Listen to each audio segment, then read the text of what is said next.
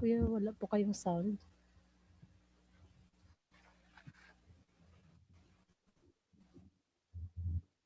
Wala pong audio, kuya.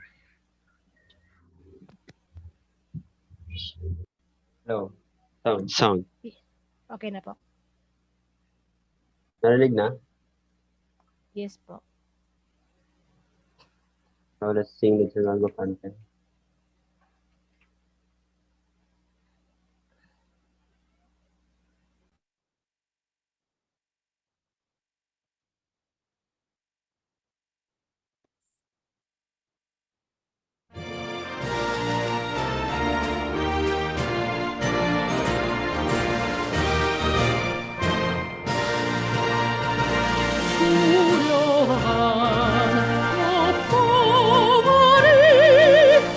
사랑의 장미 희망의 새 소식이 만발하도다 고대 영육대주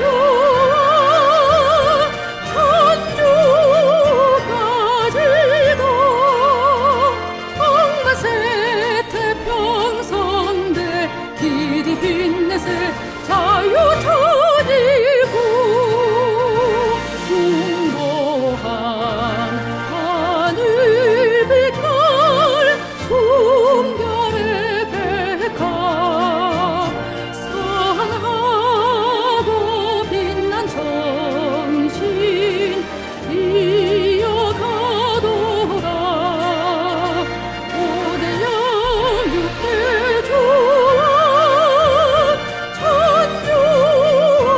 천주까지도 억만세 태평성대 길이 빛내세 평화천이고 순정의 기쁨이 있다 천년한 날에 영생의 이상향을 나타내도다 고대 영육대주 천주까지도 억만세 태평성대 길이 빛내세 통일천이고 사계절 휘날리는 천일국 깃발 천진 참부모님 소망하도다 고대 영육대주 천주까지도 억만세 태평성대 길이 빛내세 행복천이고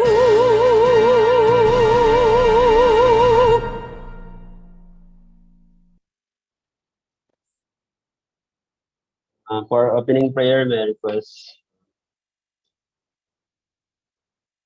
Eminence. Okay, please join me in my prayer, brothers and sisters. Bow down our head and close your eyes and feel the presence of God. Our most precious and loving Heavenly Parents, and our victorious true parents of heaven, earth, and all humankind. Father in heaven, we're so much blessed and grateful, Heavenly Parents, for this night that you've given us an opportunity to gather here tonight, Heavenly Parents.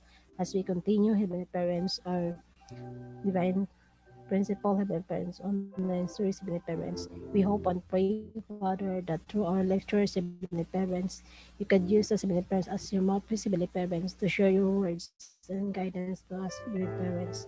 We hope and pray, Father, that this time, Heavenly Parents, we could be able to truly understand, Heavenly Parents, your heart, Heavenly Parents. You truly understand your teachings, Heavenly Parents, so that we could be able to use this, Father, as we witness, Heavenly Parents, to all the people who don't know yet about the divine principle. Father in heaven, thank you so much for everything, especially for our leaders, elders, Heavenly Parents, for your continuous guidance, Heavenly Parents, day by day. As I offer this prayer in behalf of our elders, leaders, brothers, and sisters, in the parents' name, adieu.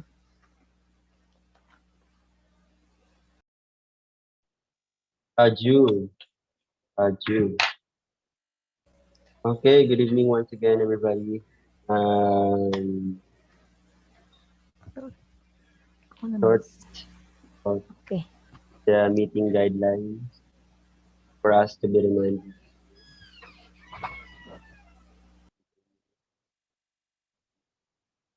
Where are you?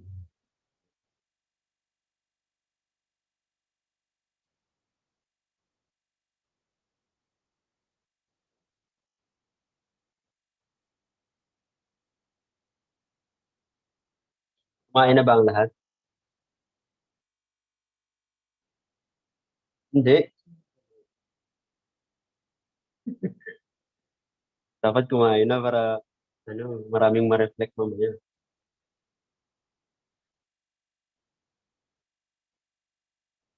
Baka pa naman magtanong si Sir Randy. Bakit? Wait na.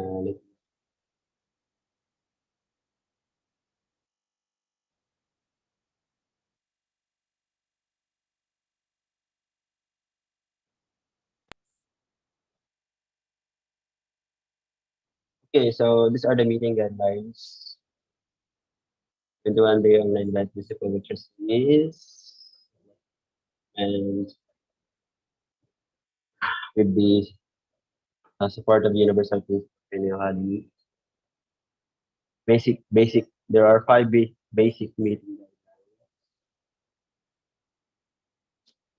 So number one, don't be late. Sinong late dito? Pantayin natin. Okay, next time. Naisip ko pa lang. Ilang din na natin ngayon. Dati ng 10, pag may mga late pa rin, yung mga late, kakantayan. Bigyan natin sila ng time. So, time is 7:30, at least 5 minutes before 7:30. Ganun. Or maganda 15 minutes before so that you can prepare yourself para hindi na-rush lagi. Very important talaga yung time. Even God is a God of numbers. God is strict with time as well, in accordance with the principle of providence, right? And then 7:30 to 10.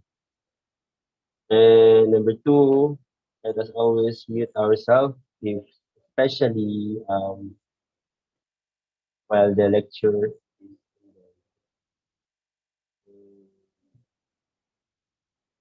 you can unmute yourself pag tinawag kayo ng coordinator to reflect or you were asked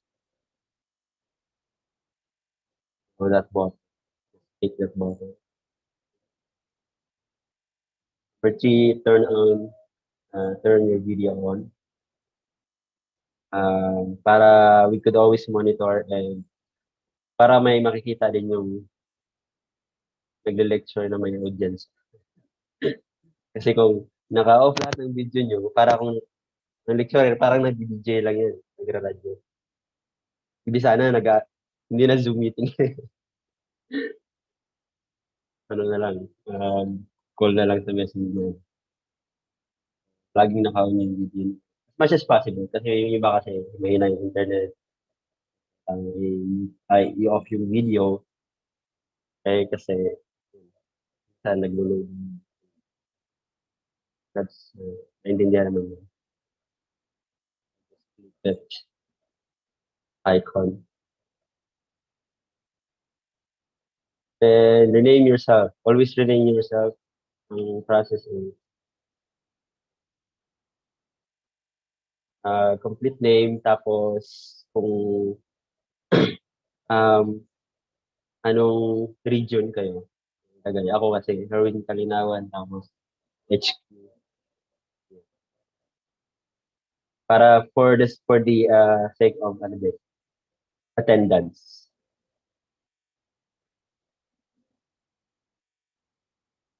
Then last, question and answer portion, the Q&A, then the reflection time, oral and written. Um, yan. Para we will know kung marami kayong natutunan. Hindi man marami kahit isa man na may natutunan kayo sa akin. Kasi para hindi masayang yung 21 days natin. We wanna hear your heart and realization from the lecture.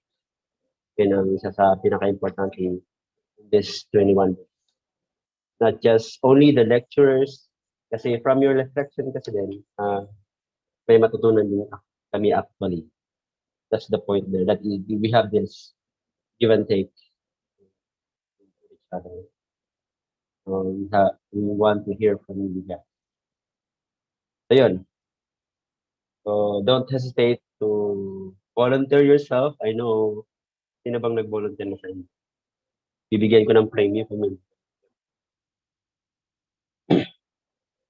kung may mag-volunteer, bibigyan ko ng ibang volunteer mag-reflection, may prize. Another reflection. Okay. Yun. So, yun yung 5 basic meeting guidelines while we are having this Zoom meeting 21 day online.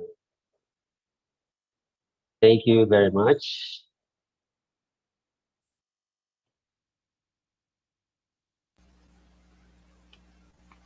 So now, before we proceed to the formal lecture, is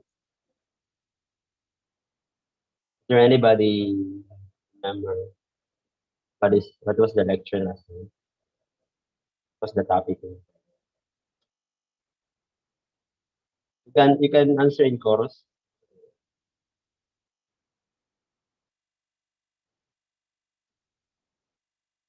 Huwag lang kayo sabay-sabay.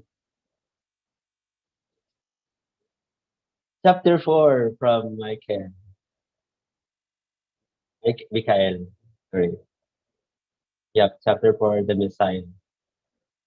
About the Messiah, the purpose and his second advent. Happening.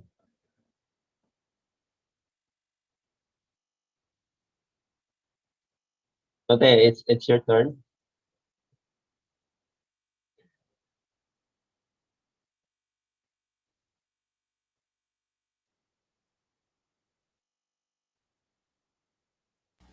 Okay, once again, good evening po sa lahat. Welcome po to our 8 days of our Divine Principle series workshop. So, yun, brothers and sisters, excited na ba kayo to receive the inspiration and our topic for tonight?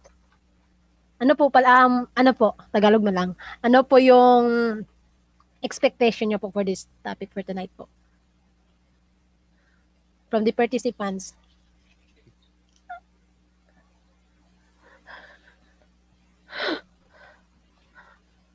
Ano?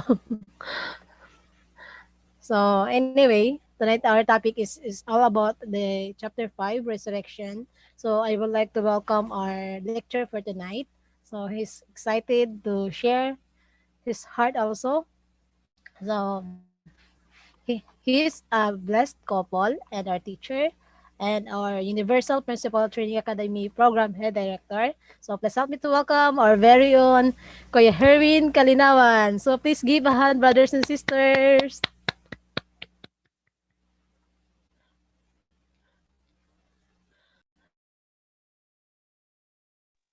Pala mag-lecture na siya kagabi.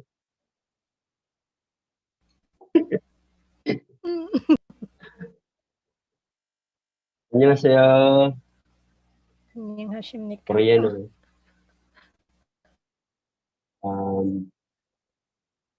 So yung topic natin is about resurrection, chapter 5, resurrection. Last time we were talking about Jesus Christ. One of the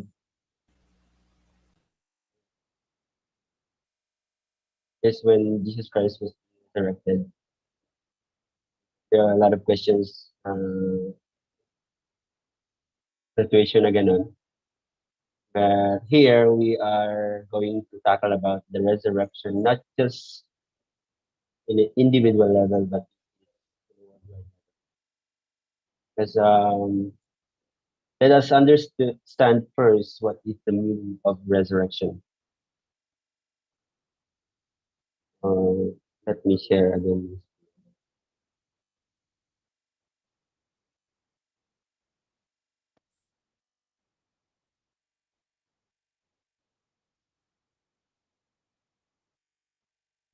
All right, so chapter 5, the resurrection.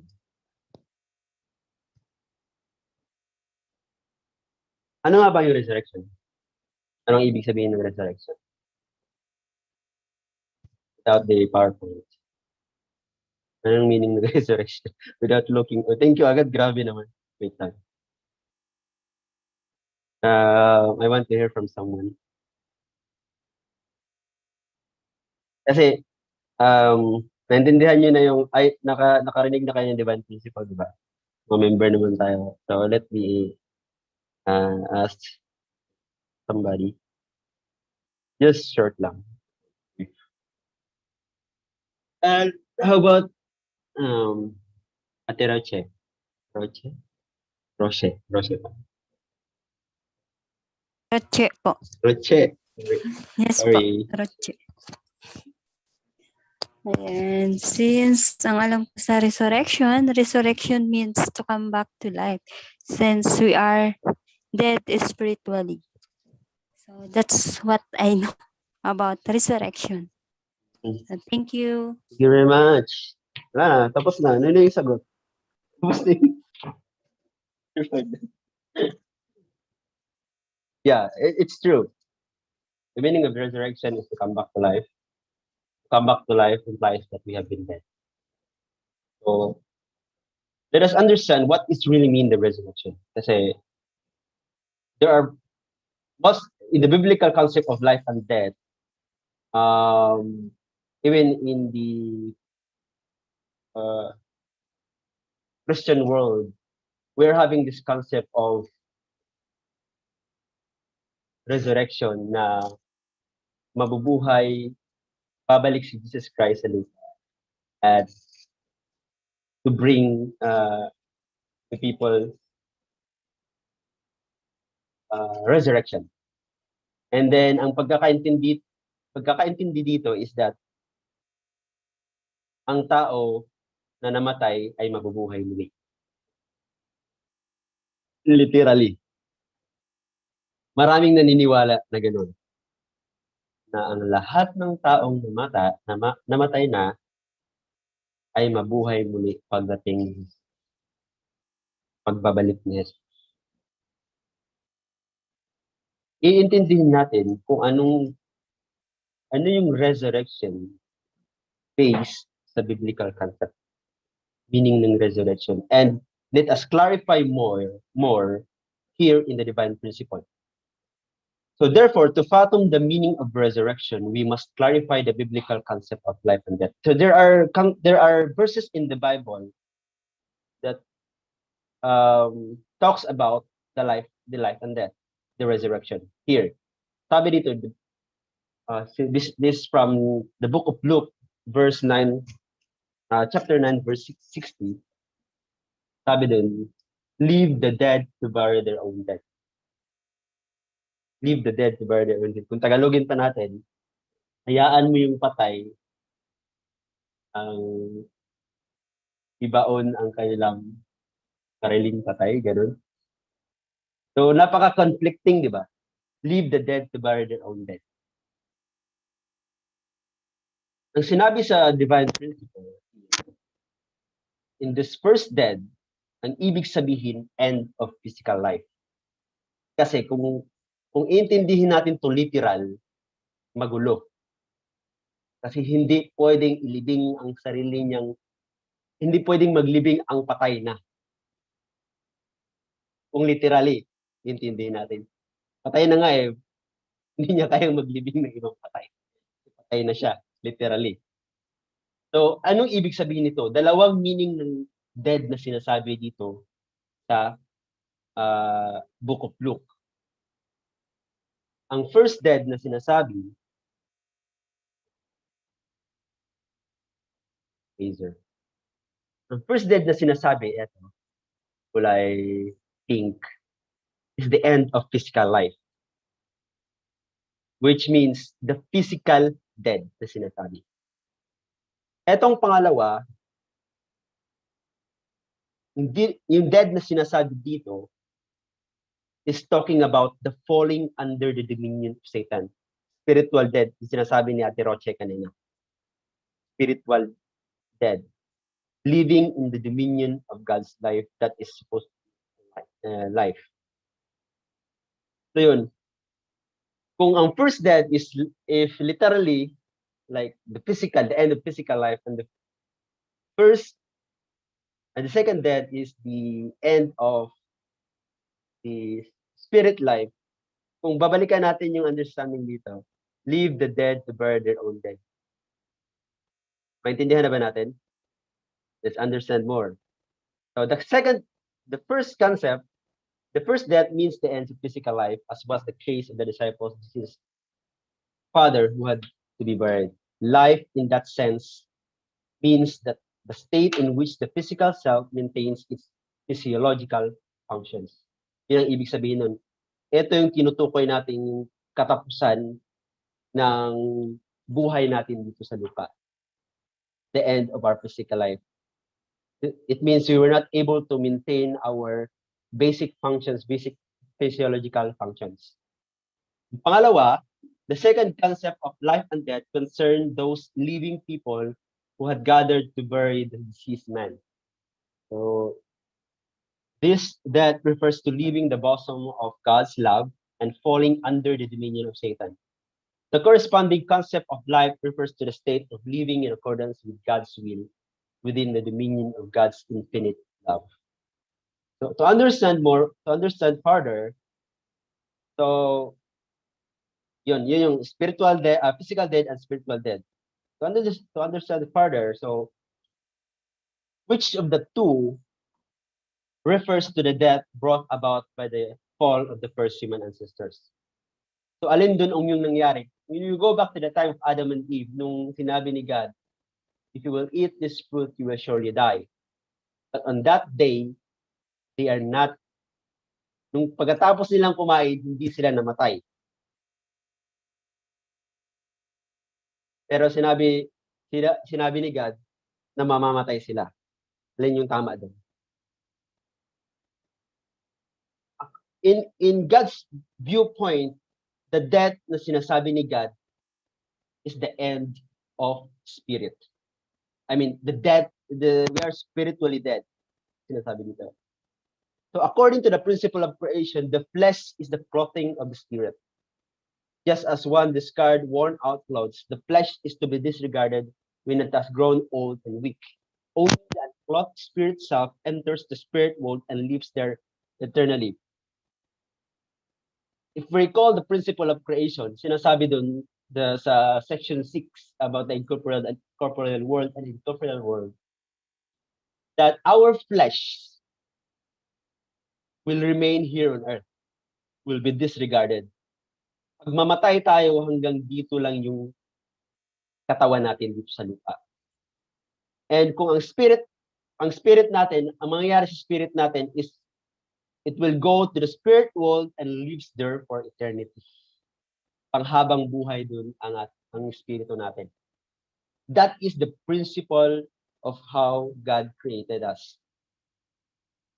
Hindi pwedeng pupunta the principle, hindi pwedeng ang physical body natin mapunta sa langit, sa heaven.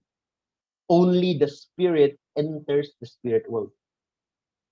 Kasi hindi pwedeng mabuhay ang physical body natin doon kasi it is only a spirit element. Walang physiological element mangyayari. Hindi pwede, walang makapag-provide sa physical body natin doon. So hindi pwedeng makapunta yung physical body natin. Only the spirit enters the spirit world. Yung sinasabi the cause of the fall, titingnan natin, The death caused by the fall does not mean the end of physical life, but rather the descent into the evil dominion of Satan. God told Adam and Eve that on the day they ate of the fruit of the tree of the knowledge of good and evil, they would surely die in the book of Genesis. Else, before eating the fruit, they were alive, and after eating the fruit, they were dead. Yung sinasabi doon that pag kinain nila yung prutas, mamamatay sila. That is true. Ang sinabi ni God, Adam and Eve became spiritually dead. Along the way, where they are living here on earth, namatay din naman sila. Because, as what I have said dito, that our physical self will remain here on earth. So, ang cause ng fall, namatay sina Adam and Eve spiritually, that is the death caused by the fall. Which means we are under the dominion of Satan, not in the dominion of God anymore. Dahil sa pag-commit ni Adam and Eve ng fall. So we die spiritually, not physically. So that is the death caused by the human fall. So kung yun ang meaning ng death na sinasabi natin, spiritual death, hindi yung physical death. Kung spiritual death ang tinutukoy doon nung nagkasala sina Adam and Eve, ano pala ang ibig ng resurrection? Ibig sabihin ng resurrection. What is the meaning of resurrection? If the goal of resurrection is to come back to life, so kung namatay tayo, galing tayo sa spirit, we are spiritually dead, ibig sabihin pala, ano yung resurrection? Ibig sabihin, the resurrection is that we will come back to life spiritually. And let us understand further kung ano yun. The meaning of resurrection. The resurrection will be defined as the process of being restored from the death caused by the fall to life. From the realm of Satan's dominion to the realm of God's direct dominion through the providence of restoration. So, dito tayo galing, death under the dominion of Satan, that is the result of the fall. The resurrection is the process of restoration.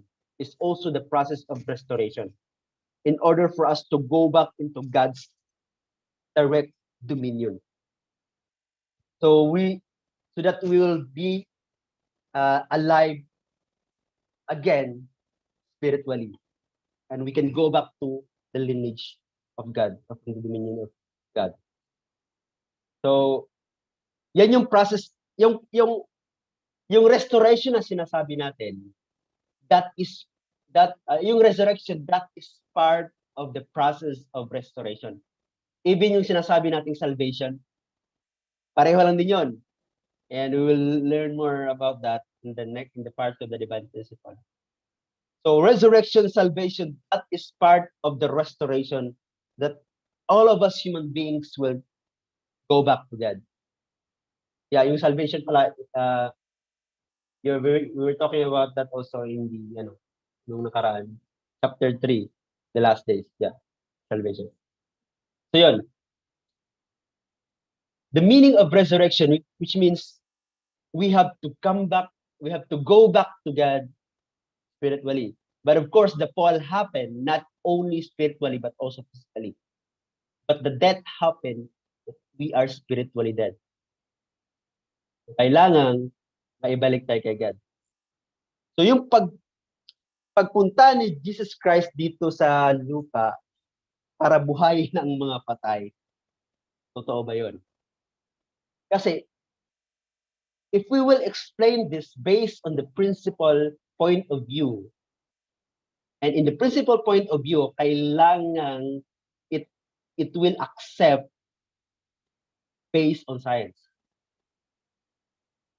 Kung pag-aralan kasi natin yung science, I think alam niyo na yung decompose, ganon, na pagmamatay yung isang bagay, animals, plants, pati human beings, animals, siguro in science, animals din tayo, or the highest animals. Pag mamatay tayo, that is the natural law. Pag mamatay yung tao, ma-decompose yung body niya. We are composed of energy. According sa isang scientist na he is an atheist, yung spirit natin, he's not talking about spirit, but sinasabi niya na if the person, pag mamatay daw yung isang tao, matransform ng isang energy. Ang matira na lang energy. At tapos mapunta sa kalawakan. Yun ang explanation niya. Then we are in a different explanation here that when we die, our body will remain, ma-decompose. Scientifically, ma-decompose yung body natin at hindi na yung kakainin ng maliliit na worm, tapos yung worm kakainin ng, alam niyo yung food chain, if you can still remember during high school, food chain tsaka food web. Ganun ang mangyayari, cycle. Like kakainin ng maliit na kakainin yung mga maliliit, ang mga maliliit sa malalaki. Ganun. Yung worm kakainin ng chicken, yung chicken kakainin ng ahas, yung ahas kakainin ng ganun. Because so that is the food chain. Yun that is the natural law of existence. Hindi yan siya approved. Pag sabihin mong ang patay mabubuhay muli, like literally mabuhay, hindi siya. That is not in accordance with the principle of science. So hindi pwedeng ganun, hindi yan i-accept ng science. Kaya laging nagbanggaan yung science and religion kasi it's because of that explanation. Na we religious people, we are too much on those unrealistic also. Hindi rin pwedeng ganun. Dapat balance. Kaya yung sinabi natin dito, yung resurrection na sinasabi na pagbalik ni Jesus Christ, mabubuhay ang tao muli, spiritually. Yung mga patay na sinasabi niya is yung mga taong patay yung spirit.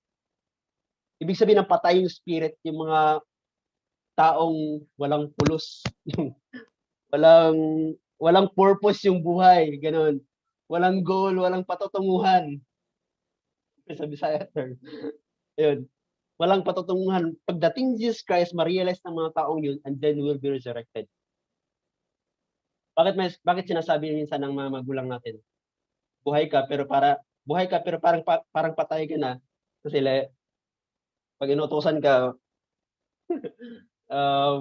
ganun yung kamay, ayaw mong sumunod.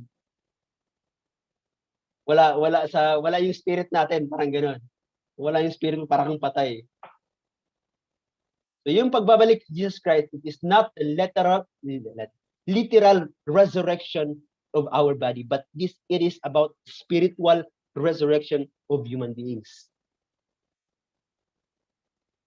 So I hope naintindihan nyo. That is the meaning of resurrection. And resurrection is also the process of restoration. If we are being resurrected, that we are also being restored. If we are being saved, we are also being restored.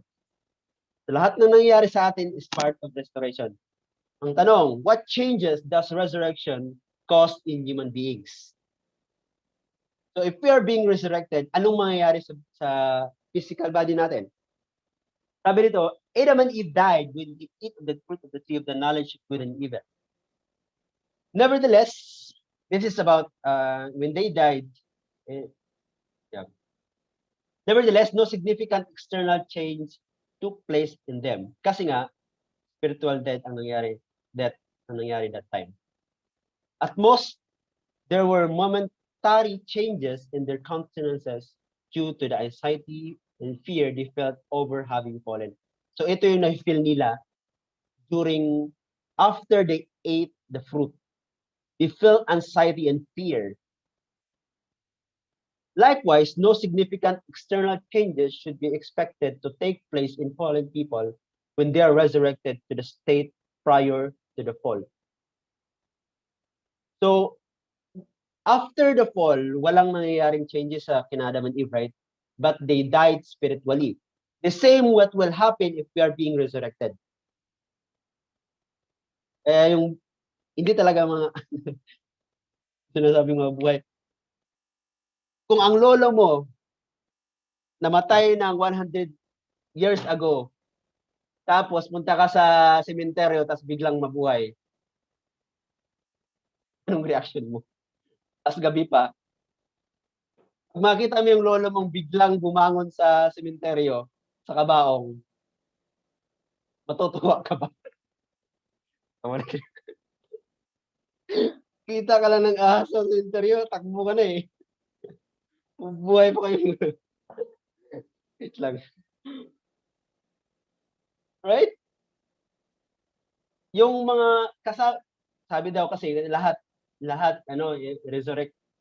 O sige, pati yung mga mga kanunuan ng ninuno mo, pabuhay, saan sila magstay?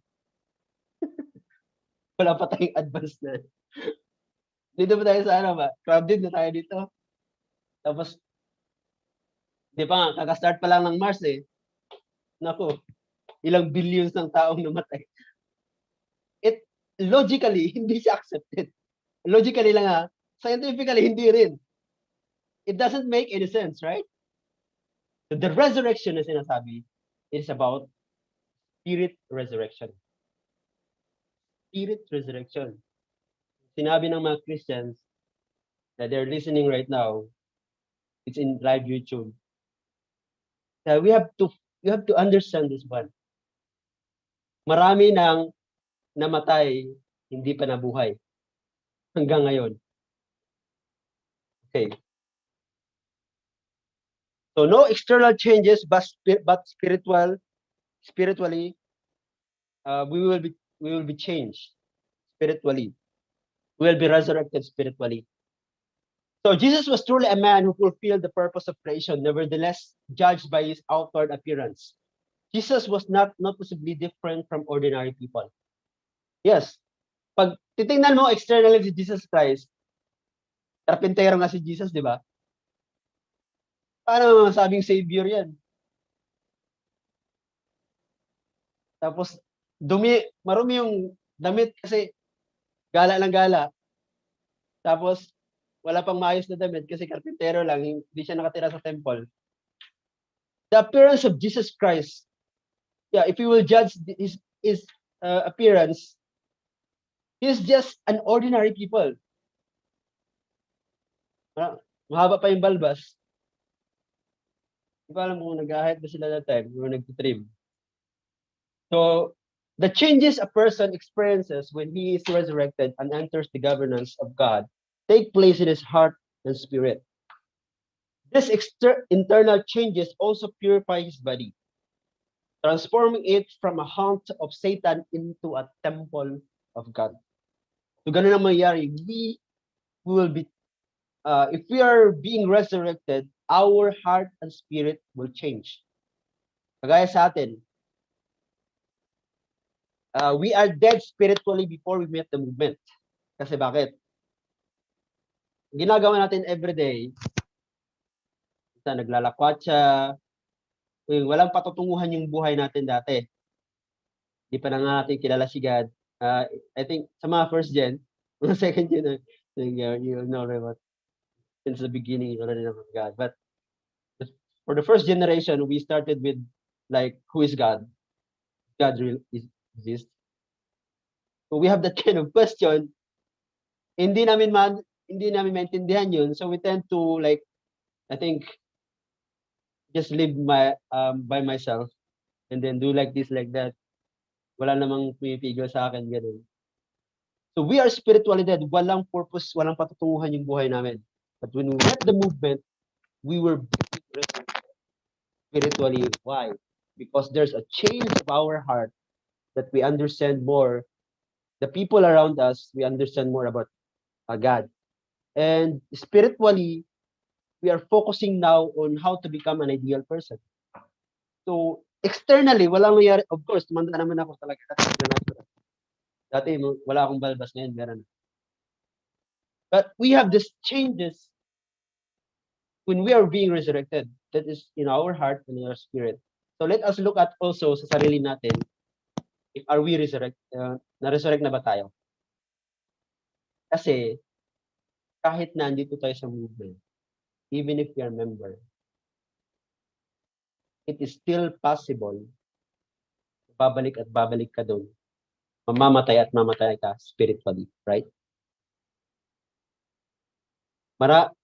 There are instances sa mga members natin, they were being resurrected. What happened is that, boom, namatay ulit. So let us actually be aware of ourselves. Hanggang saan level na ba yung resurrection natin? That is why it's really important in connection with the providence of the second coming right now. Pinaka-importanting resurrection that we will be elevated is through the blessing. Kasi much more you will realize many things when you enter in the second stage level of this of your life. That is a different change of mind actually. You're not thinking only of yourself, but you are thinking also of your spouse.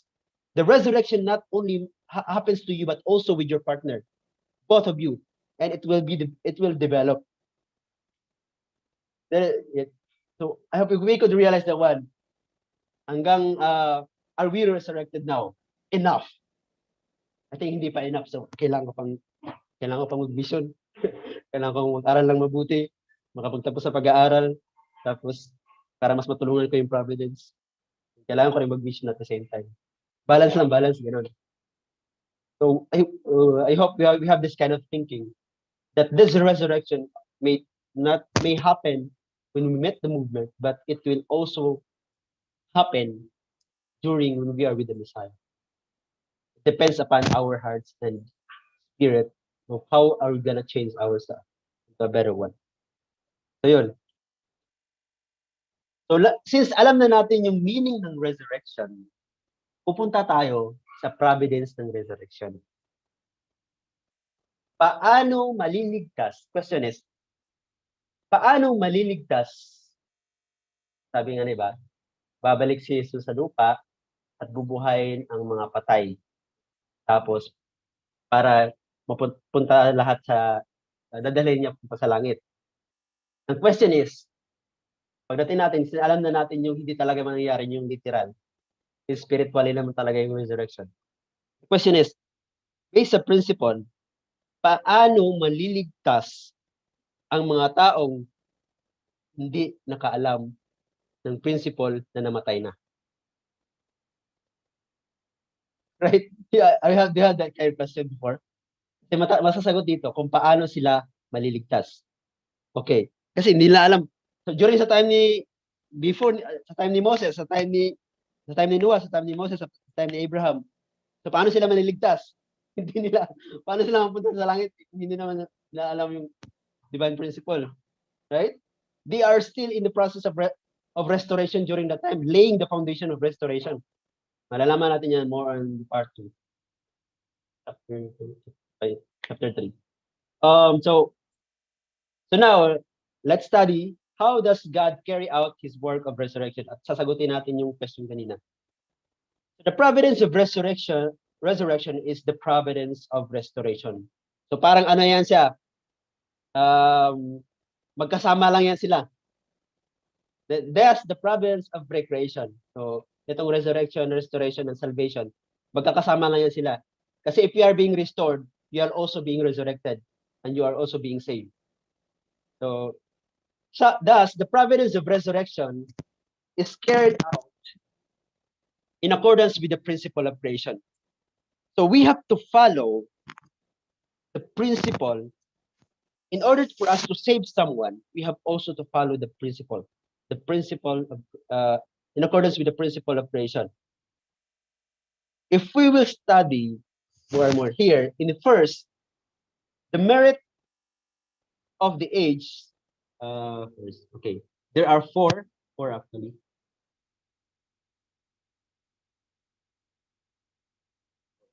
Yeah, that's four. First, so how people will be resurrected. First, the merit of the age has increased in proportion to the foundation of heart laid by the prophets, sages, and righteous people who came before us, and subsequent generations benefit from the merit of the age. So, merit of the age, we are being resurrected. It is because of the foundation, especially us. We are the one who's holding the responsibility of receiving the Messiah and holding the responsibility as the Messiah also individually. So when we met the movement, it is not only based on coincidence. It is also a preparation based sa mga ancestors natin.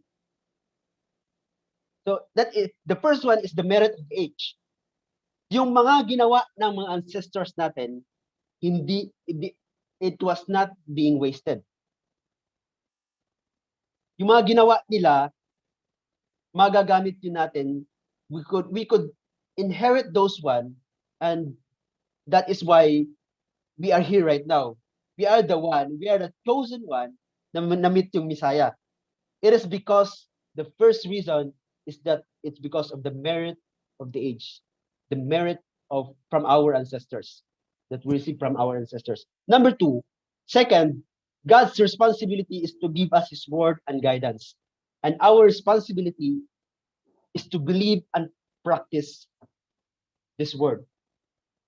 So even though we have this merit from our ancestors, it is not assurance that we will be resurrected. Why? Because we have this what we call responsibility. And this is in accordance with the principle of creation, right? Yung sinabi dun sa part 1 pa tayo, di ba? Mga part 1 pa pala tayo. Parang ay, part 2. Sinabi dun sa principle of creation, we have this human portion of responsibility. Fortunately, yeah, we received the merit from our ancestors, but it is not assurance for us to be resurrected and for to be saved. Kasi we also need to believe and practice the word. It means we need to become responsible, especially as we are the one who knew your parents. Number 3. Third, the resurrection of a spirit can be achieved only through earthly life in the spirit, in the physical self. So resurrection can only happen here through earthly life. The resurrection cannot happen in the spirit world. Ano ba ibig sabihin nito? What does it mean? So, mahirap na tayong, kasi sinabi nung, ano pala to? Chapter 5 pala to. Section 6 tama. Section 6, part 1, principle of creation, section 6. So, that we can be able to save ourselves or we can be resurrected kung andito pa tayo sa lupa. Maliligtas lang tayo, ma-elevate yung spirit natin kung hanggang andito pa tayo sa lupa. Mahirap nang mag-elevate or possibly actually kasi we have now this is ano bang explanation nito? Kasi meron na kasi tayong chonbo ngayon, di ba? Hindi na tawag na chonbo. But still, it matters kasi ang taong nag-liberate sa kanila is nandito sa lupa. Pero pag sila, wala silang ma-cooperate, wala silang descendants na i-cooperate nila, hindi sila ma-resurrect. Kaya, we have the biggest responsibility na buhay tayo attending true parents, and then we can resurrect those spirit self, yung mga spirit descendants natin, ancestors natin na hindi pa na-resurrect. It is very important our life here on earth. Kasi ito lang yung opportunity natin to be resurrected, to be saved, and to be restored. So fourth, the providence of resurrection is to be completed through 3 ordered stages. As what I have said, God is a God of number.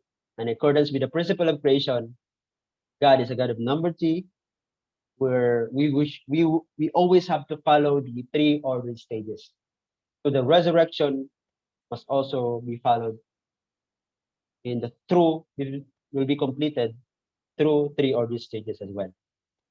So now, yung question na paano ma-resurrect yung mga taong namatay na 2,000 years ago, ilang thousand na, paano sila ma-resurrect? Patay na sila, dinala ng divine principle. So ito yun. There's also the merit of the age, this form in life. So the providence of resurrection for people on earth. Ganito yan. 2,000 years 2,000 years from Adam to Abraham may be called the age of the providence to lay the foundation for resurrection. So ang yan yung foundation. Foundation pala yan ng resurrection from Adam to Abraham. Kasi nag-fall sina Adam and Eve, not dito sa formation stage, but below formation stage. We have to always remember that one. So below formation stage, dun mag-i-start yung providence. But here, foundation pa lang ng resurrection sa time ni Adam. The foundation for resurrection from Adam to Abraham. Ngayon, the 2,000 years from Abraham to Jesus may be called the age of the providence of formation stage resurrection, age of justification by works. Upon their death, the believers of this era entered and abided in the fourth spirit level of the spirit world. So eto, since wala pang heaven, wala pa talagang heaven, kasi ang time na to is the providence of laying the foundation to receive the Messiah. Hanggang wala pang Messiah, walang heaven. Wala pang Messiah that time. It means, sa time ni Abraham until Jesus Christ, they will be resurrected, age justification by works. They will be resurrected through by works. So ito kaya, ang ginagawa nila just follow and through the words of Abraham and Jesus Christ. So upon their death, the believers of this era entered and abided in this form spirit. Nung namatay sila, ang spirit nila hanggang form spirit pa lang. This is a formation stage level. Kasi tatlo yan siya, form spirit, life spirit, and divine spirit. 3 stages. Form spirit pa lang. Bakit? Kasi mahaba pa to. And then this is the age also of justification by works. So yun, wala pang Messiah that time. They are still preparing during this time kasi namatay. Ang providence na to is until the second advent of the Messiah. So ano to siya? Mahaba kasi dito kasi nag-fail na si Jesus Christ. So it's another. So yun. Kaya form spirit siya, naging form spirit. Kung na-receive lang nila si Jesus Christ that time, hindi to form spirit. This is divine spirit. And hindi sila dito galing, hindi na kailangan ng foundation for resurrection. This is the process of derecho for, there is still a foundation, but during the time of Abraham, this is the process of derecho sa, of course, it still follows the form spirit, life spirit, and divine spirit. But during this time, if people receive Jesus Christ, then doon pa lang nagkaroon na sila ng divine spirit. May heaven na. But they failed. Jesus Christ failed. So it means they are still in the form spirit. Now, how about from Jesus Christ to the returning Christ? The 2,000 years from Jesus Christ to the returning Christ may be called the age of the providence of growth stage resurrection. It was the age of justification by faith. Upon their death, the believers of this era entered and abide in paradise, the life spirit level of the spirit world. So from Jesus Christ until the returning Christ, I mean here, yung hindi talaga, before the returning Christ. So from Jesus era, ang lahat ng tao pag mamatay, they will enter in the life spirit. Yung life spirit, yan yung realm ng yung realm ng level ng spirit world, yung sinasabi ditong they will enter and abide in paradise. Kaya nga sinabi ni Jesus Christ sa isang tip doon sa nung pinako siya sa cross, di ba, na from now on you will be with me in paradise. Bakit hindi niya sinabing heaven? It is because he failed to do he failed his responsibility. Kaya ang nangyari noon, hanggang paradise lang. So lahat ng taong naniniwala kay Jesus Christ, those Christians who believe in Jesus Christ will enter in the life spirit. Hanggang paradise lang talaga sila. Wala pang heaven. Kung na-fulfill lang ni Jesus Christ yung responsibility niya as the Messiah, siguro may heaven at that time. Pero since wala pa, so hanggang paradise lang sila. That is the life spirit level, their life spirit level in the spirit world. Ngayon, pagdating ng Messiah, and in this era, the completion stage, the era when people are to complete the providence of resurrection through the returning Christ is called the age of the providence of completion stage resurrection, age of justification by attendance. Upon their death, the believers of this era will enter and abide in the kingdom of heaven, in heaven, which is in the divine spirit level of the spirit world. So lahat pagkatapos, during sa time ng returning resurrection, returning Christ, returning Messiah, lahat ng niniwala sa Messiah, lahat ng mamamatay na naniwala sa Messiah, they will enter the kingdom of heaven. Kaya, kasi, bakit may sinabi dong, anyway, that's more advanced section, part 2 na kasi, part of restoration. So yun, lahat ng mamamatay, at the age of the returning Christ, they will enter in the kingdom of heaven. So because the Messiah fulfilled the responsibility this time. So there is already the kingdom of heaven. Already started. So lahat yun. So yun, from Adam to Abraham, foundation of resurrection pa lang yun. Form spirit from Abraham's age. And then during the time of Jesus Christ, nagkaroon ng life spirit ang tao. When they enter in the spirit world, paradise sila. Then returning resurrection, returning Christ, returning Messiah, so they will enter the kingdom of heaven.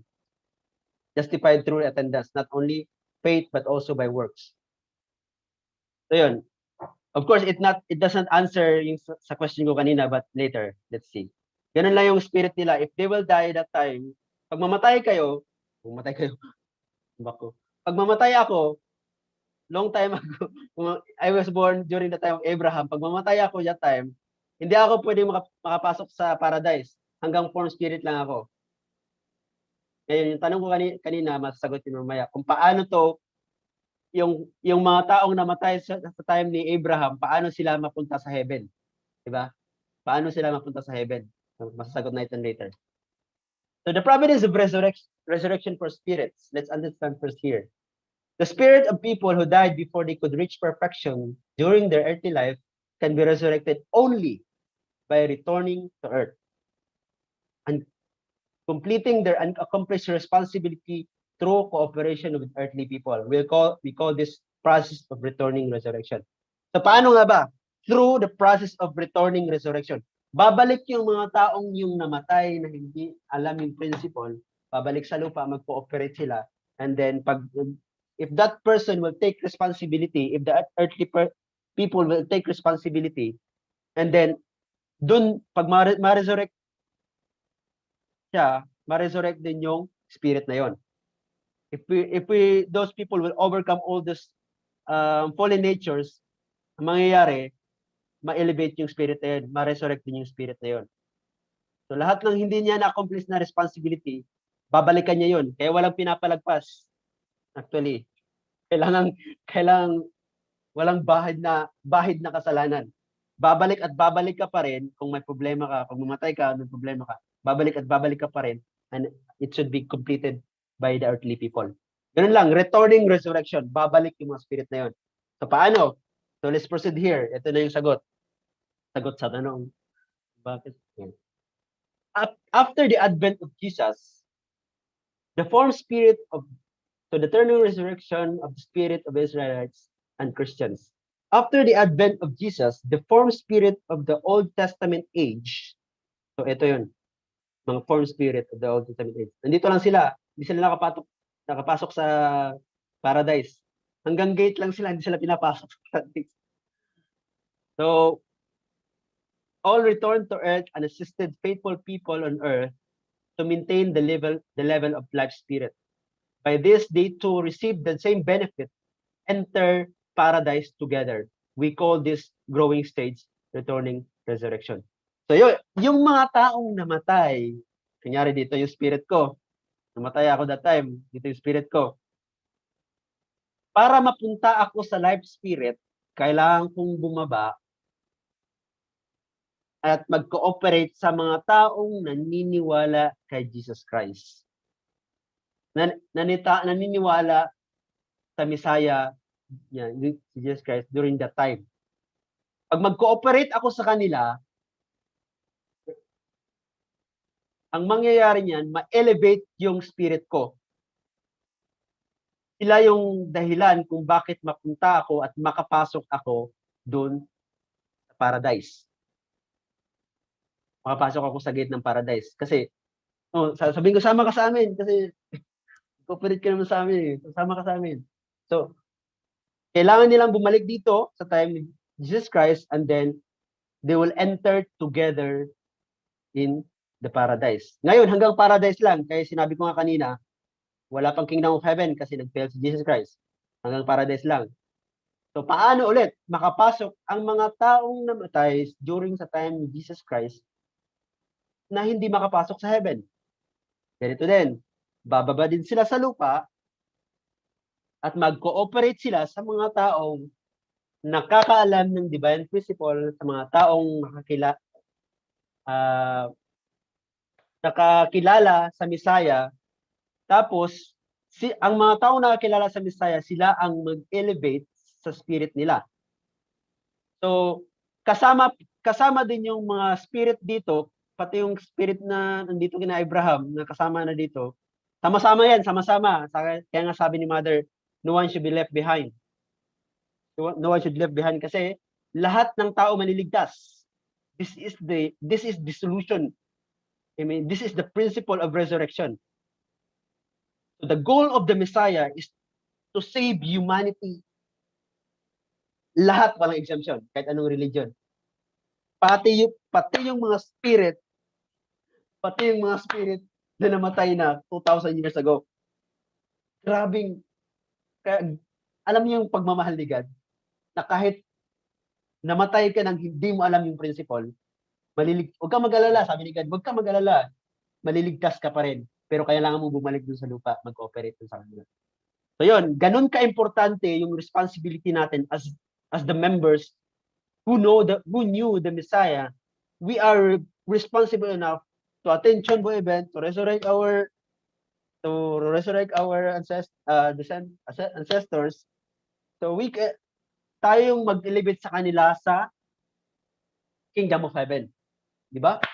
Nakapasok ang lahat. Walang maiiwan. Kahit sino pa yan. Walang maiiwan.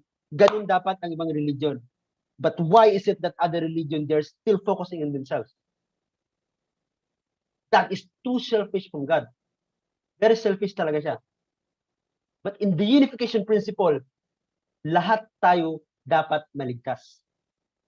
Are we talking about here religion? No.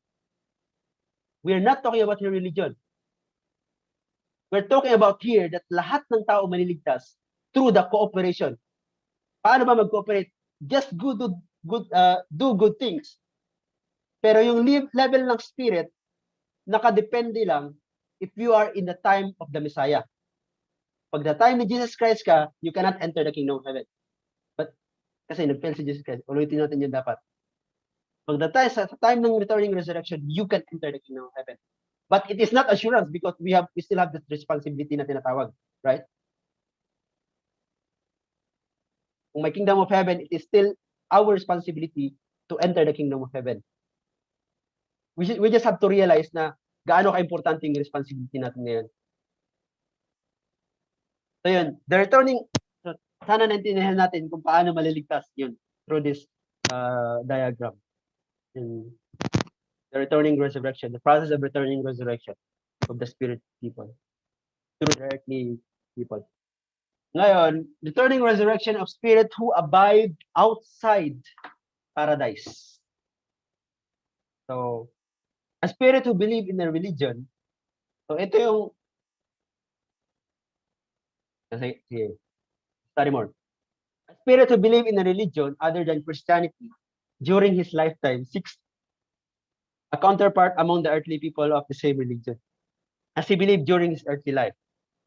He descends to the person of his choice and guides him. When he helps the person fulfill the purpose of the providence of restoration, they both receive the same benefit. So, paano pag ibang religion? Paano sila maniligtas?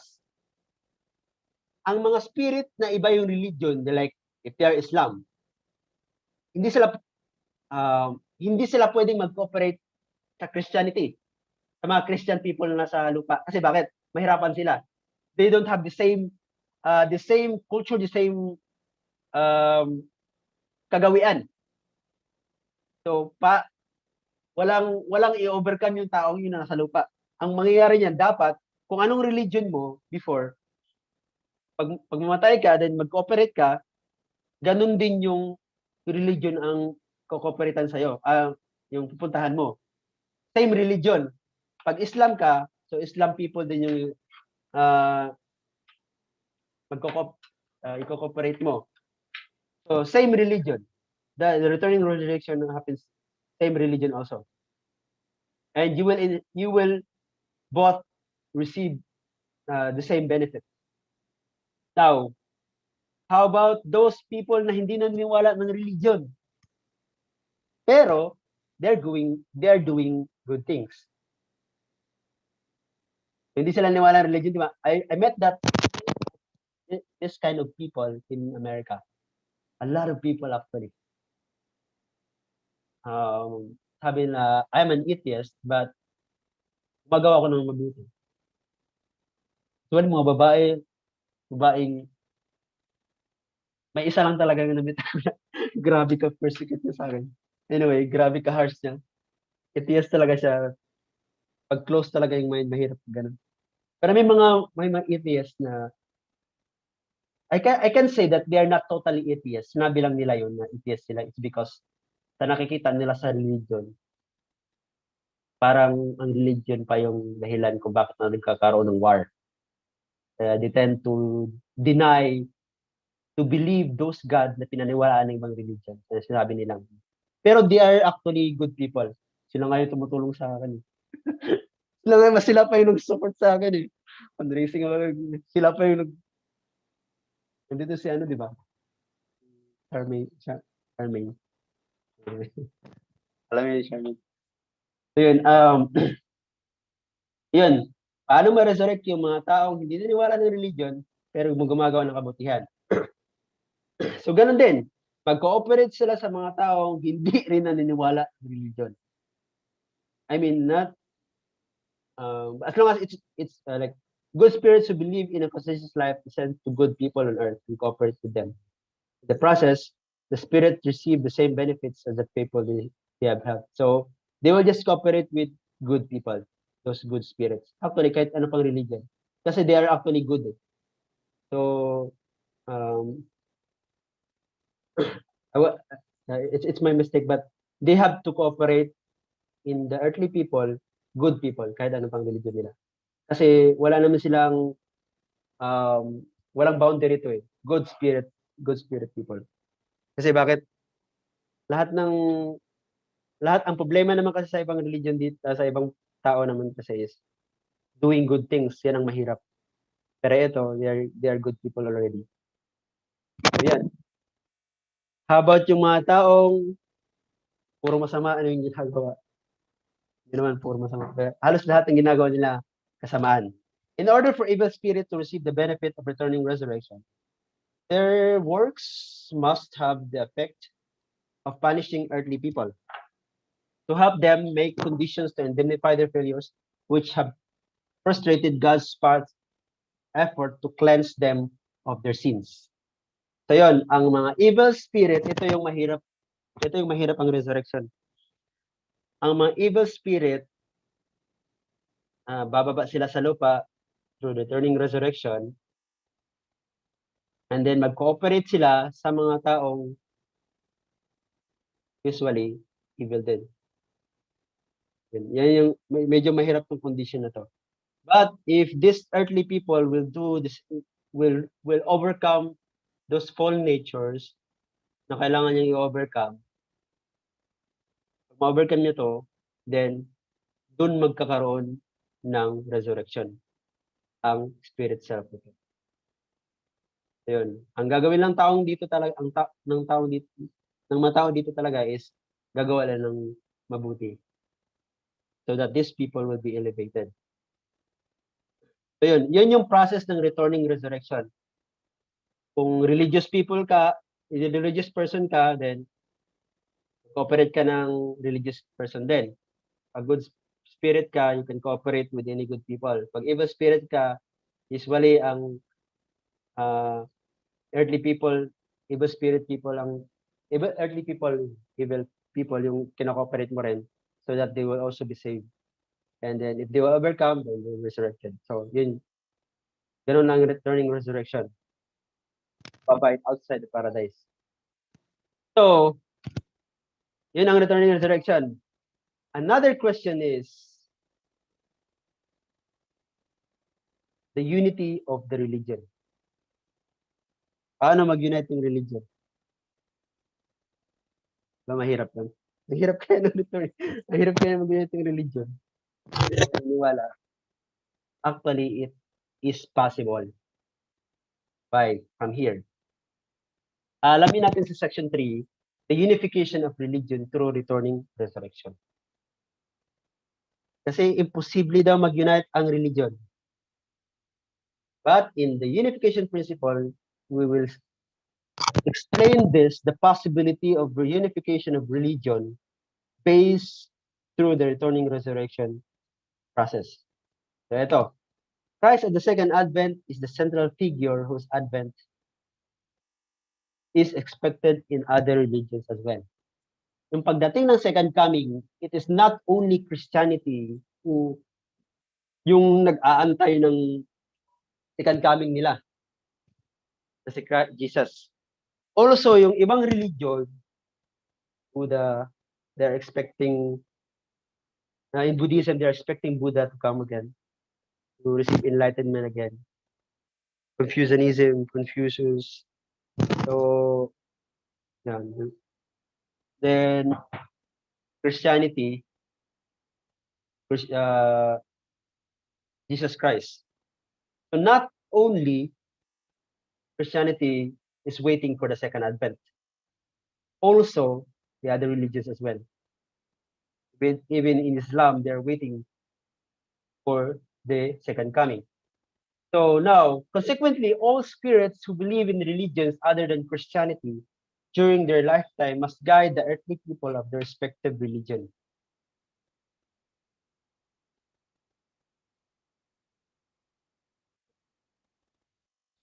Respective religions to Christ at the second advent, and assess them to believe in him and attend him in his work to fulfill God's will.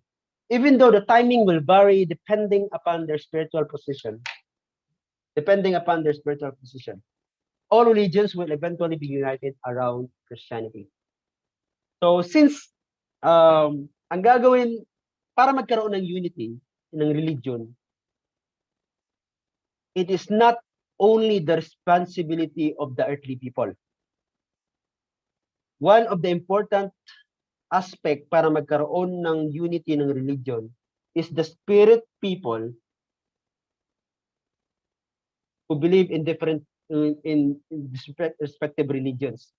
Kailangang pag Islam, pag Islam leader, he will going to cooperate with Islam leader also.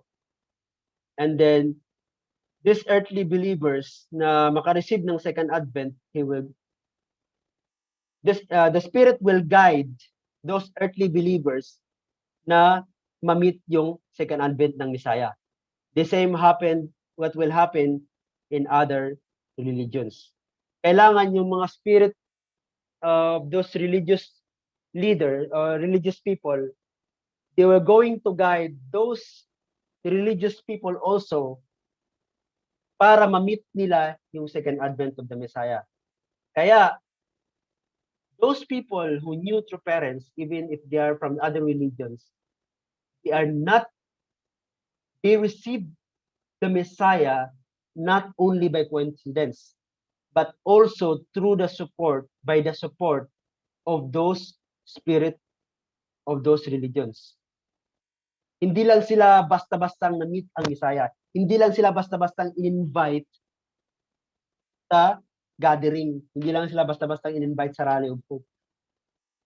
They were invited. It is because the Spirit also cooperate with them in those specific religions to meet the Messiah. Of course, the biggest responsibility pa rin is those earthly people. Na kahit na-meet nila yung Messiah, kahit yung Islam na yon, Islam leader, Buddhist leader, Confucianist leader, Taoist leader, kahit na-meet nila yung Messiah, they still have the biggest responsibility. They have to follow continuously the Messiah or not. It is not still the assurance, kahit nag-cooperate sila. Ang purpose na ng cooperation is ng returning resurrection in the different religions is that all religions will be united, centering upon the Messiah. Ganun ang purpose nun, and they will be resurrected as well, together with the second advent of the Messiah. Ngayon, always it matters the earthly believers. Kasi tayo yung nasa lupa, tayo yung may mas malaking responsibilidad. Pag ang religious leader na yon, sarado yung utak niya, yung mind niya, o religious person na yon, different in other religions, sarado yung utak ng mind niya, kahit anong cooperation pa ng spirit na yon, ng other spirit na yon, wala pa rin mangyayari.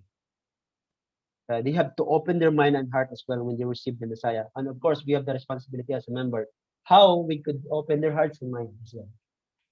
And that is through our action. Become model to them. That this is the only way, this is the truth, that we will be united. Paano nila makikitang ito yung tama, ito yung totoo? Nakabase yan sa gawa, yung mga actions ng members. Ito talaga yung totoong truth na sinasabi natin. It always matters with responsibility and the earthly believers. So ganun. Why is it centering in Christianity? Because in the providence of restoration, when we study the age of the providence of restoration, it is centering upon Christianity. Before, it's centering upon the Jewish people, the Israelites people, but now it is centering upon the Christianity because the providence of the Messiah, the providence of restoration, is centering upon Christianity. Kaya dun dapat nakasentro, all the religions will be united with the around Christianity. Ganun dapat. So unification of non-religious people through returning resurrection. So yung mga hindi religious people, yun, paano yung returning resurrection nila? Spirits who in their lifetime led a conscious life but did not believe in any religion will also return to earth at the granted time to receive the benefit of returning resurrection. They will guide conscious earthly people to seek out Christ at the second advent, attend him, and assist him in fulfilling God's will. Oras na. 5 minutes. Second to the last slide. So yun, the same what will happen. Kahit hindi sila naniniwala ng religion, ganun din. Non-religious people mag-cooperate ng conscientious people. Conscientious people, non-religious spirits, mag-cooperate sila. The same. Ganun din. And then, i-guide sila ng mga spirit na to, ng mga spirit na to, para mapuntas, para ma-meet nila yung second advent. Kaya kung in conclusion talaga, ang lahat ng tao, we all have that time to receive the Messiah. May specific, we are at the point of like, ang conclusion dun is, na-meet natin yung Messiah, andito tayo sa seminar na to, not only it is because of the work of us earthly people, but also the help of the Spirit. Kaya tayo andito. Kaya na-meet natin yung Messiah. Yan ang pinaka-conclusion dun. Kahit religious people ka pa, kahit hindi, kahit evil ka pa, person, kahit evil person ka pa, you are being guided by the Spirit to meet the Messiah. So ultimately, the purpose of God's providence of restoration is to save all humanity. Tama, mali. Kasi bakit? 2,000 years ago pa nga yung sinabi ko, kahit sa time ni Adam hanggang sa time ni Jesus Christ, hanggang sa time before the returning Christ came, kailangan silang iligtas. At maliligtas sila. Kasi nga, we are all the children of God and no one should left behind, sabi ni Mother. We are the children of God, kailangan walang maiwan sa hell. Whether you like it or not. Whether we like it or not, kailangan walang maiwan sa hell. So by participating in these various dispensations over a long course of time, all people will gradually converge towards the goal of God's ideal world. Ang pinaka-bottom line talaga sa the returning resurrection also is that the hope of God's kingdom of heaven here on earth is really, really possible through the work of the Spirit and the work of people on earth. But the greatest responsibility that should have is yung mga tao na nandito sa lupa. Kasi nga sabi, the resurrection, the salvation, the restoration only happens where we are still alive. Tayo yung may malaking responsibilidad. So, anong gagawin natin? Since alam na natin yung returning resurrection, anong gagawin? Ito is, na-resurrect na ba tayo individually? Kasi mahirap mag-resurrect sa ibang tao pag ikaw mismo hindi resurrected. Mahirap kaya mag-guide sa ibang tao na, oh, you don't have, please don't do chapter 2, please, like this. Pero ikaw sa sarili mo, we are doing that kind of thing. So always ask yourself, am I resurrected enough? Enough na ba yun? Enough na ba to? I think it is not enough. I still need to do more. The level of resurrection matters about your responsibility. And especially now, you are preparing for the blessing. Napaka-important. Maintindihan mo lang yung elevation ng spirit mo ng ganun pag you'll enter that level. I couldn't say that, yeah, but somehow, sabi ko, but it really helps us. Same with salvation. So, yun. That is the end of chapter 5, and I hope that we all understood the meaning of resurrection, how the returning resurrection works, paano ma-save natin yung ibang tao, at gaano ka importante yung responsibilidad natin as a member na nakakalam ng Ebanghelyo. Thank you very much and good evening.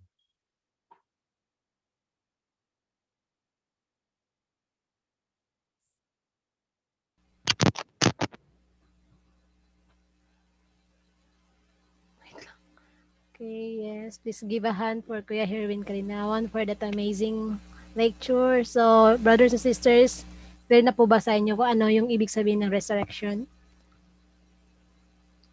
Sino pong may gustong clarification po? If none po, let's proceed for the reflection. Okay? I will ask first Ati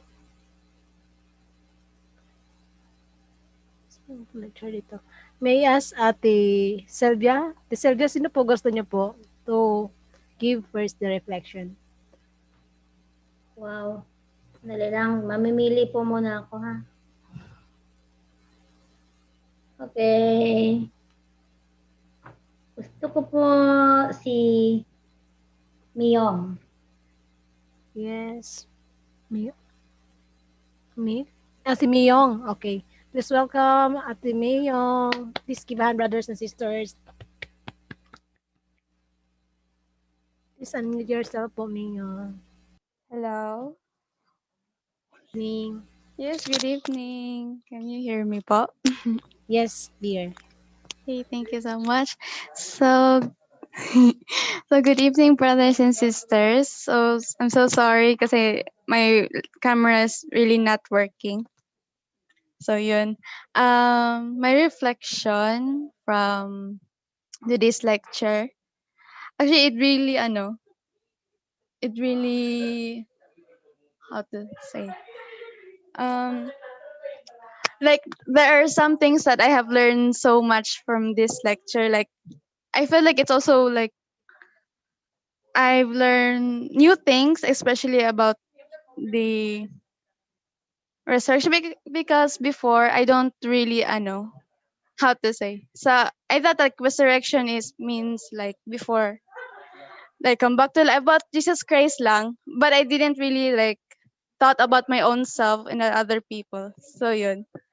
So I was really inspired, especially about like during the resurrection through Abraham to Jesus, and then yun na lang, it really I was really like blown away, char. um, yun nga, so it the resurrection. It's not really uh, it's very difficult, and even for myself, like I feel like also I wasn't resurrected like so much, and because I have like a long way to go talaga. That's not because I am a blessed child, but we also have bigger responsibility. And yun nga, there's Satan can Satan can like that can give us temptations, and it will it's hard to overcome it actually. So and yun nga, as to prepare ourselves for the second blessing, we really need to be matured, and yun. And yun, I think actually I was like preparing talaga sa reflection ko, but nawala yung mind ko when I started speaking. So yun, anyway, I will really say my reflection through the yung reflection form. So yun nga, so thank you. Yes, thank you so much po, Ate Miyong, for your reflection. So, usually talaga, if we prepared ourselves, sometimes we have yun, nawawala biglas. But anyway, let's proceed. Kuya Julius, please choose from the participants po. Oh. Hello, Kuya Julius. Okay, if none, wala. May I ask kay Herwin from the participants po, sinong gusto mo pong mag-reflect? Wala ako. Jenna. Ha? Jennifer? Si Ate Jenna. Please help me to welcome Ate Jenna. Please give a hand, brothers and sisters. Hi po. Good evening po sa lahat. Good evening po, Sir Randy, Kuya Herwin, and all brothers and sisters. Thank you so much for that powerful lecture po, Kuya Herwin. So, reflection. Yeah. Actually, resurrection is one of all of the topics on po sa divine principle. very interesting. But resurrection kasi focuses on ano ba, paano natin, ano ba, parang paano natin baguhin yung sarili natin, tapos paano natin ialis yung, paano natin buhayin ulit yung spirit natin, ganyan. Kaya it becomes, very interesting para sa akin. And then, yeah, it's really true na, mahirap resurrection na yung how can we really go back to God's bosom, kasi nga na for 6,000 years parang nawala tayo ganun, tapos hindi talaga siya overnight na may balik yung may balik yung original position natin na hindi na tayo makakagawa ng masama, ganyan. So going back din sa life of faith ko, and as Kuya Herwin kanina nagli-lecture, parang napaisip din ako nung who I was before, nung hindi pa ako member, ganyan, no? Parang concept of God, concept of goodness, ganyan. Hindi ganun nag-exist. Siyempre, doon naman yung conscience. Pero, not like this, we have our two parents na everyday we are reminded ba na gagawa ng mga mabubuting bagay, ganyan. Kaya, I'm just, I'm really, I'm always hopeful na, na we can really, mababago din lahat, no, through the next generation. Kasi kung titingnan ko talaga ngayon na, sa buhay ko na kahit nagpo-full time naman ako, pero everyday ba, mahirap gumising ng maaga, ganyan. Mahirap mag-unok. So, it's part of parang putting God as our priority. Kaya, paano kaya malove yung mga heavenly traditions? Hindi siya ganun kadali. Pero, niniwala ako na, laban lang. Araw-araw, no? Araw-araw mag-struggle. Araw-araw mag-overcome sa mga challenges, sa mga temptations, and sa mga different attitudes ng tao, ganyan.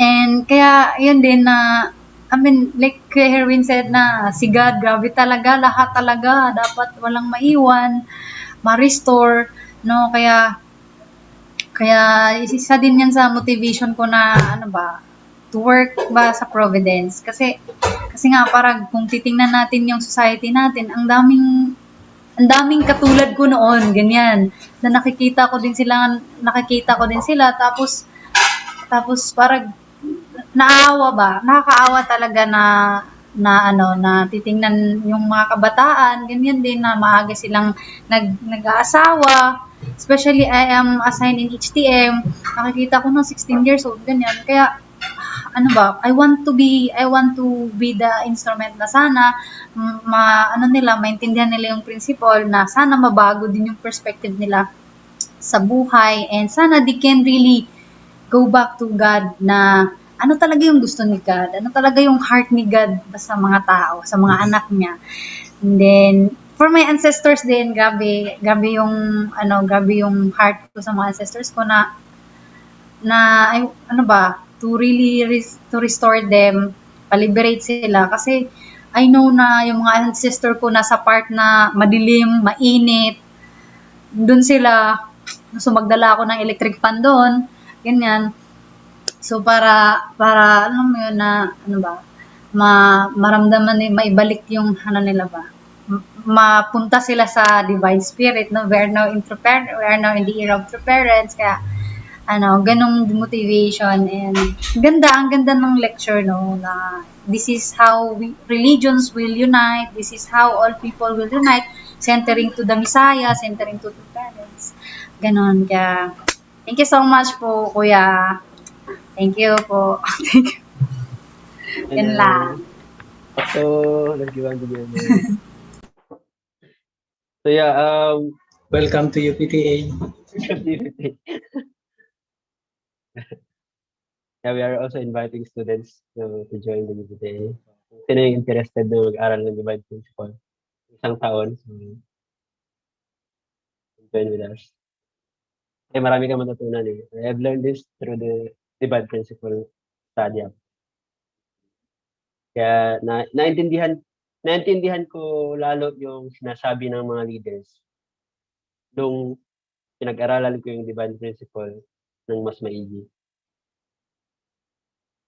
Yung sinabi ni Mother na yun should look behind, and sinabi ng ibang leaders na total salvation, total, yung sinabi ni Doktor yung total salvation, total, yung mga total niya, ang dami ng tinotal. Naintindihan ko lang yun, based dun sa returning resurrection. Ko na-realize, ito yung sinasabi. Means pala na, what I'm trying to say here is, lahat ng sinasabi nila, based, dito sa principle, pag-aralan talaga natin, pag binabasa natin, pag hinintindi na, dito talaga natin maiintindihan yung mga sinasabi ni Father. Napaka-amazing lang talaga. So, I mean, maiintindihan. Yep. Okay, so thank you for that reflection, Jenna. And I could feel your heart kung sinabi mong, yung mag-witnessing. Ang hirap kayo mag-witnessing.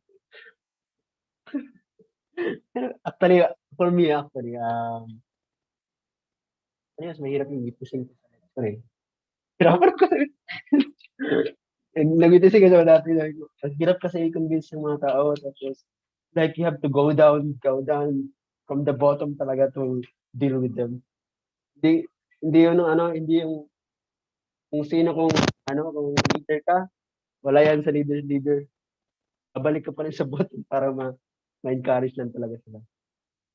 Anyway, thank you for the hard work. And you're extending the resurrection, the providence of resurrection, not only on yourself, but to the people through the 430. Really amazing. Yun ang gustong gawin din. Ang gustong gawin ng mother and to parents para sa atin. That the resurrection that we have in ourselves is extended to others. Kasi no one should be left behind. Kahit patay ka na 6,000 years. Okay, so another reflection. Kuya Nick, let's welcome Kuya Nick. Kuya, long time no see. Actually, dito yung galing si Kuya sa HQ. And si Kuya Nick kasi, testify ko talaga sa, he's really like studying the principle actually. Divine principle. And grabe no? Nakamiss lang talaga. Anyway, thank you so much, Kuya. Let's welcome Kuya Nick. Reflection. Nakamute ka, Kuya.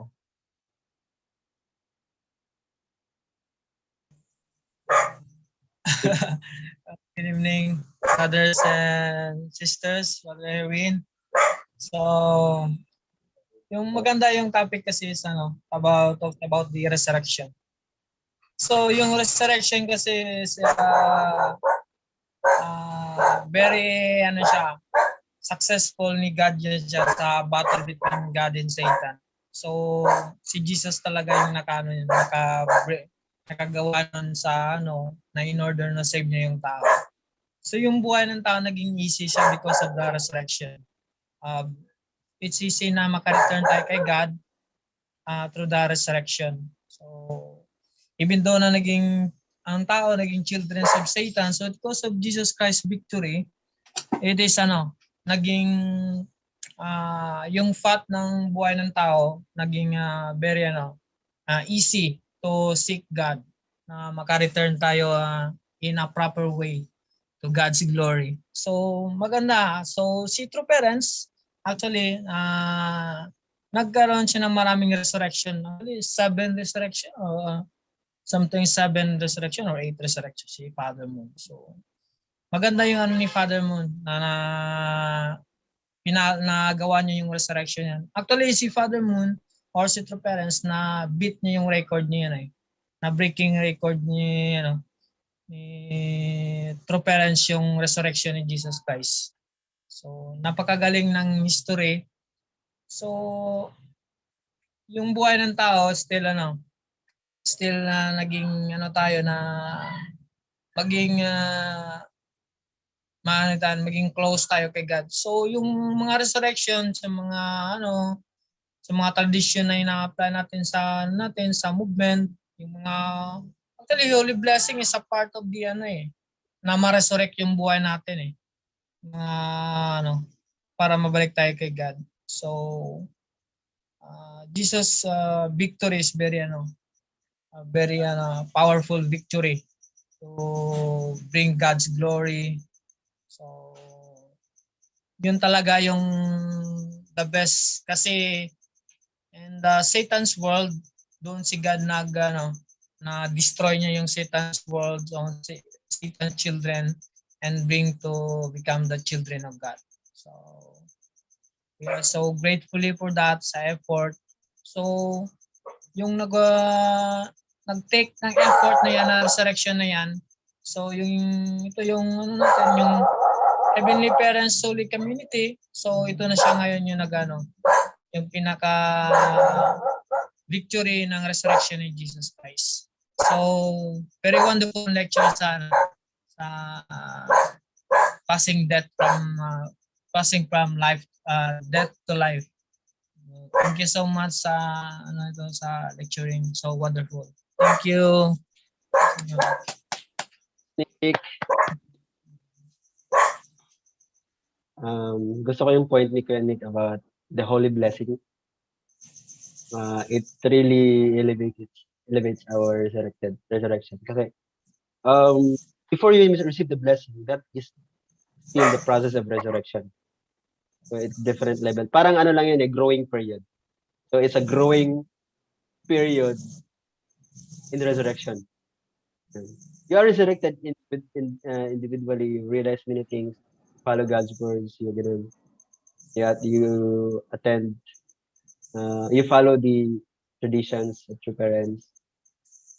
But for us to have this absolute resurrection, there should be like what we call connection, blood connection together with the Messiah. And that is through the blood. And of course, kasi spiritually you will be elevated after. And marami siyang anyway, that is explanation of the importance and significance of the blood. So yep. Thank you so much, Kuya Nick. Let's after mga so another reflection. Sino pong hindi nakapag? Sino mag-volunteer? Sana pa rin Thank you for not volunteering. So I will volunteer yourself. Let's welcome may nag-suggest dito naka-private. Let's welcome Kuya Mikael. Okay, Pakso. Good evening, brothers and sisters. Thank you po sa wonderful lecture, Kuya Herwin, and also thank you for the staff as well. So ayun, di ko alam kung saan patungo yung reflection ko, pero ayun, as always, the divine principle is of course very much enlightening, and every chapter is of course there's a new thing to learn from every time na magbabasa ka, and every time you hear from it, whether it be lecture or reflection. So ayun,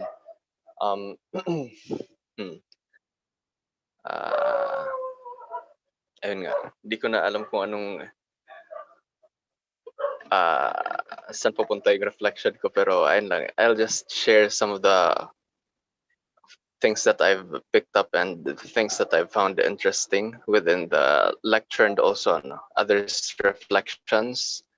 So ayun nga, ang laking rin neto, ang laking misunderstanding and misconception yung concept ng resurrection within the providence of restoration, lalong-lalo na sa sa effect neto sa sa faith ng ibang tao. Kasi yun nga, 'di ba, na pagkarating ng second coming of Christ, yun nga,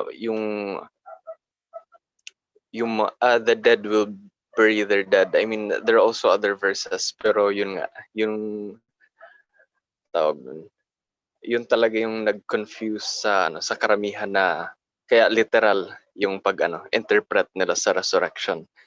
And I think yun nga rin yung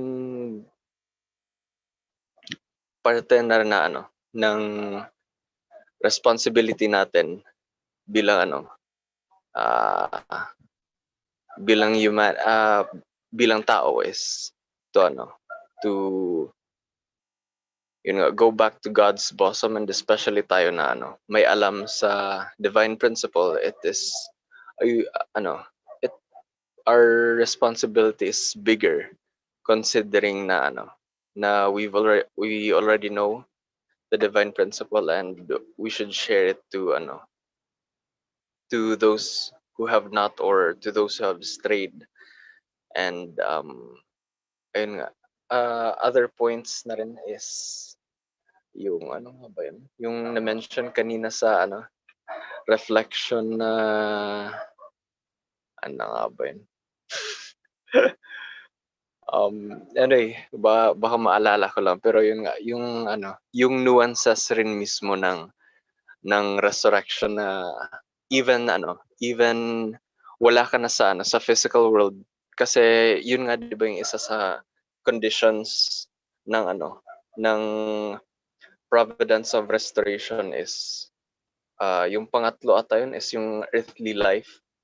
And even ka na spirit ka na lang, you can still fulfill your portion of responsibility by influencing those who are still in the physical world, whether descendants mo sila, or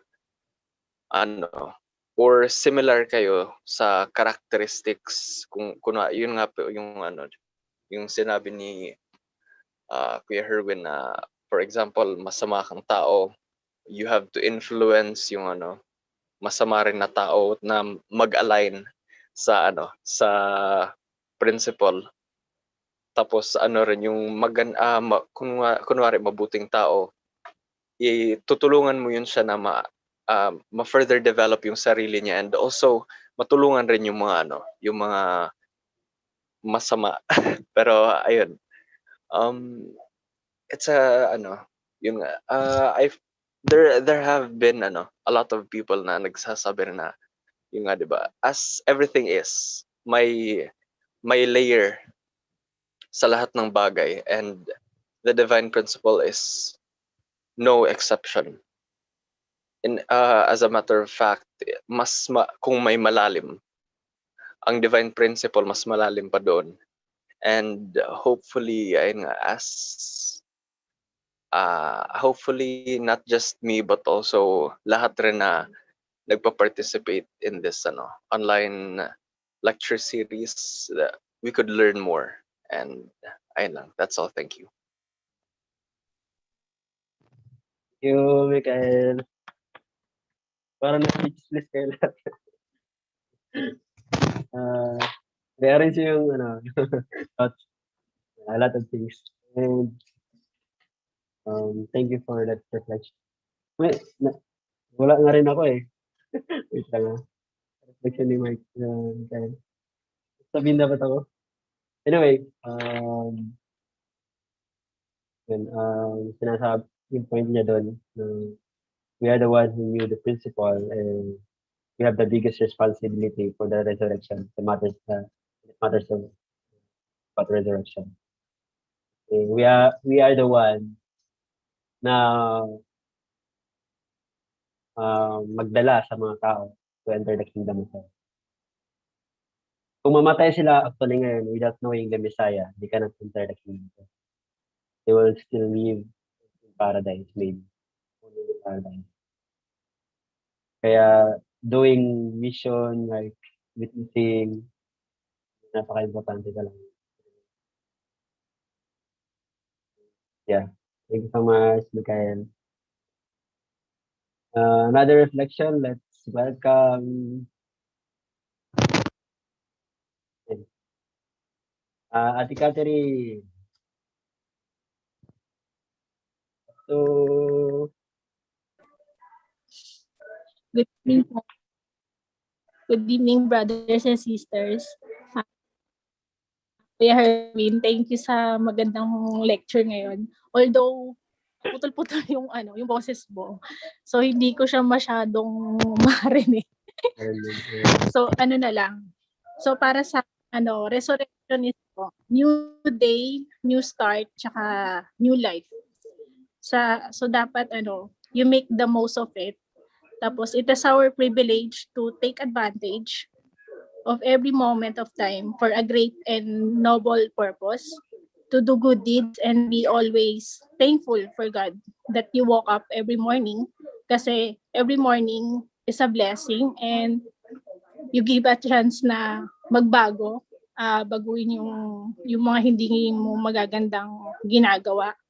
Tsaka use it wisely. Always remember na we are a partner in our Father's business. So, yun lang po. Thank you. thank you so much, Catherine. So, Ate Catherine. So, yeah, it's my pleasure. Yeah, I always wanted to. I'm giving the lecture. It's because I wanted you to realize also something. It is not only like gusto ko yung point ni Ate Catherine also that she said in a new beginning, new life. That is we're supposed to do long time ago. Most of the time, like we always the tendency is most of the time we were being tempted with those little things. Mga simpleng bagay na hindi natin take responsibility. So especially this resurrection, I do hope that through my lecture also we could not restart kasi we have already started before, but more develop more hours. If you need to change something in yourself, better. That is the renewal or the new beginning yung sinasabi ni Ate Kat. And especially when sinabi niyo, di ba, you have many things that you have realized in this lecture now. The question is, it's not only in realization, but it is through putting into action. Kahit nga ako, even though I knew the principle, I studied the divine principle 1 year, I knew how to lecture. Ang conclusion pa rin is how much I practiced. Yun ang tinitingnan ng mga tao. Mga members. How we will respect to one another, paano ka mag-respect. Whether we like it or not, I was a member. Of course, I'm still a member. I am a member, and that's what I'm looking for. Hindi talaga siya may iwasan because of our eyes. Kung wala lang tayong mata, hindi. Based sa words lang natin. Pero we have the eyes. We have the open eyes. So, lahat ng makikita natin, mostly yun yung nagiging perception natin sa isang tao. So, the action really matters. How we're gonna change ours. Resurrection sa sarili natin. Me, myself, I think somehow na-resurrect. Nasasabi ko kasi na-resurrect ako. Based on my experience, nasasabi kong I was resurrected. When I received the blessing. Kasi, yan, tapos na rin. Ito yung inaantay ko sa buong buhay ko for 10 years. I was to get blessed, to receive the blessing from your parents. Kasi even before the blessing, I'm still struggling. A lot of struggle actually. Ngayon, mas better na siya kaysa before. Kasi already, mabilis lang kasi ako sa like most of the temptation. Mabilis na ako sa temptation. To tell you honestly, this is too public, but I have to be honest. So, and I was really grateful that before I did many mistakes, then I already like na-bless ako. Bago ko man magawa ang mga bagay na hindi ka nais-nais. So I am so grateful. And then that's the time that when I said, of course, it is not the assurance, but I said that I am now resurrected. Somehow lang. So, hindi siya 100%. Somehow. Kasi it always matters with responsibility. But it nakapagbigay siya ng peace sa heart and mind ko when I received the blessing. So, ganun. So, the more I believe in God, the more I believe in true parents when I received the blessing. And it's really difficult also like, dealing with your partner because we have different characters. Another part of struggle, another part of to be resurrected. If kung makapag-unite na kami ng spouse ko, then another resurrection yon. Oh, thanks God. Now, another peace of mind, peace of heart na naman yun. Kasi you are one in the heart of your partner. Anyway, thank you so much. And another, si Ate. Yes, welcome, Ate Faye.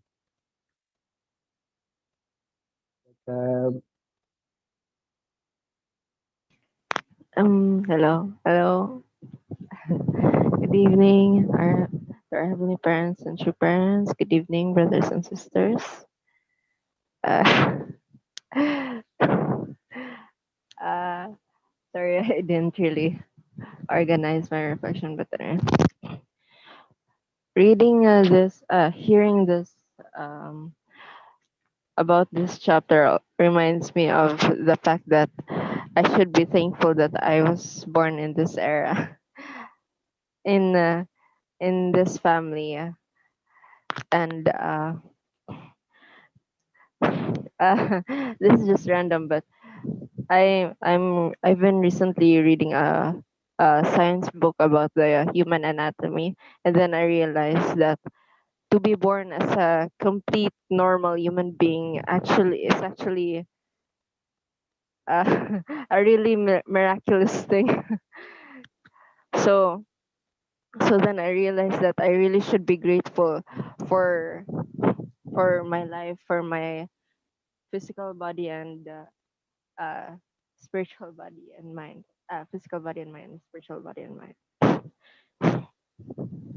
Anyway, continuing on, when I thought of those people back then, in those years when, at that period of time when, I don't really remember, was it before Jesus was born or after Jesus was crucified? Anyway, really thought that they were pitiable for being unable to to even have the chance to indemnify themselves or their ancestors, since this era has already come, and we have already finished at least, not at least a part of the mission that has been entrusted into us. We that also makes me feel like, even if I can't really do much, as I'm not sure what as I'm not that I'm not as talented as other children are. At least I need to do do uh, finish the portion of responsibility that has been given to me, to be able to show to our heavenly parents that all his efforts and sacrifices were not in vain, since we really think of ourselves, and all our brothers and sisters think of ourselves as his true children. That's all. Thank you very much. Thank you very much, Ate Faye. Hey, kamsahamnida. Ayun, one point na very catchy sa akin is, we could say to true parents and to God na, uh, to those descendants, ay, ancestors, na your investment never, never been wasted or not not in vain. Yung mga investment nila to parents, hindi na sayang. Kailan kaya masabi natin yun? Arby, kasi layo pa eh. Kasi kailangan mo magpa-bless. Tapos magkaanak, grow na ng ideal family, mag-tribal Messiah, mag-sunbo. Sunbo kasi yung conclusion. Anyway, but that is our goal, to comfort our parents. Para masabi natin at the end na hindi na waste, the parents hindi na waste, hindi na sayang yung sacrifice niya sa amin. Hindi na sayang yung effort niya sa amin. I really did my best. I'm so thankful. So, the parents will be proud of us. God will be proud of us. Kailan kaya yung mangyayari? Kailan kaya natin mangyayari yun? But through our simple actions, kahit eto nga lang attending the Divine Principle 21 days, tuwang-tuwa na talaga si God. Kasi you are following the requirements of the BFP in order for you to receive blessing. Simple requirements, but it really, really, it really gives joy and happiness to God. Hindi nyo lang alam. Dapat alam na natin yun. hindi sayang yung pag-join nyo dito. And God will be very proud of you because kahit alam nyo na yung divine principle, 10 taon na tayo sa movement, 15 taon, 15 years, 20 years na tayo sa movement. You are still, kahit napilitan man kayo, but okay lang. Kahit napilitan ka, okay lang. Kasi bakit? You are still listening the principle kung saan ito yung pinaka-investment ni Father from the journey. Masasabi ni Father, buti na yung mga anak ko na nakikinig pa rin sa divine principle na sinulat ko nung nagsimula pala ako sa movement. Nung nagsimula pala ako magsulat ng divine principle, kasama ang soldiers na taga-drawing, taga-support ng drawing ko, taga-benta ng mga painting ko. Buti yung mga anak kong ito, nakikinig pa rin ng divine principle kahit alam na nila. Di ba? At pag lagi tayo nakikinig ng divine principle, mas marami din tayo matutunan. So, conclusion is, God is so grateful with you guys. Thank you for your investment also for joining with us here. Nagatin ng divine principle. And lang to, hanggang almost 3 months lang itong meeting na to. Almost 3 months. Naman to 1 year. And hindi naman siya everyday. Twice a week lang din. So, parang easy lang siya. Every week you will gonna study the divine principle through this 21 days and preparation for your blessing. Thank you very much, Ate Faye, for reminding us again. I-reflect na. Kailangan isipin ka lagi. How can I make God and your parents proud of you? Ano pa? Okay. Tapos na si Ate. Tapos ka natin, Roche.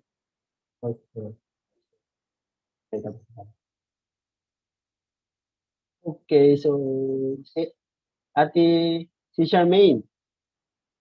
All right. Charmaine. Let's welcome Charmaine.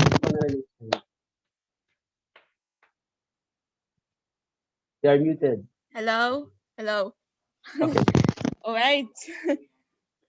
Anyway, so good evening, Good evening, heavenly parents and true parents. Good evening, brothers and sisters. Good evening. So, yes.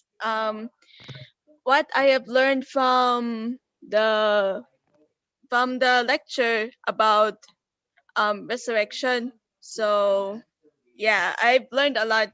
Even though, many times I've said anyway. So, I've learned that resurrection means to come back to life, but not literally like rose from the dead, but instead resurrection is spiritual resurrection, meaning that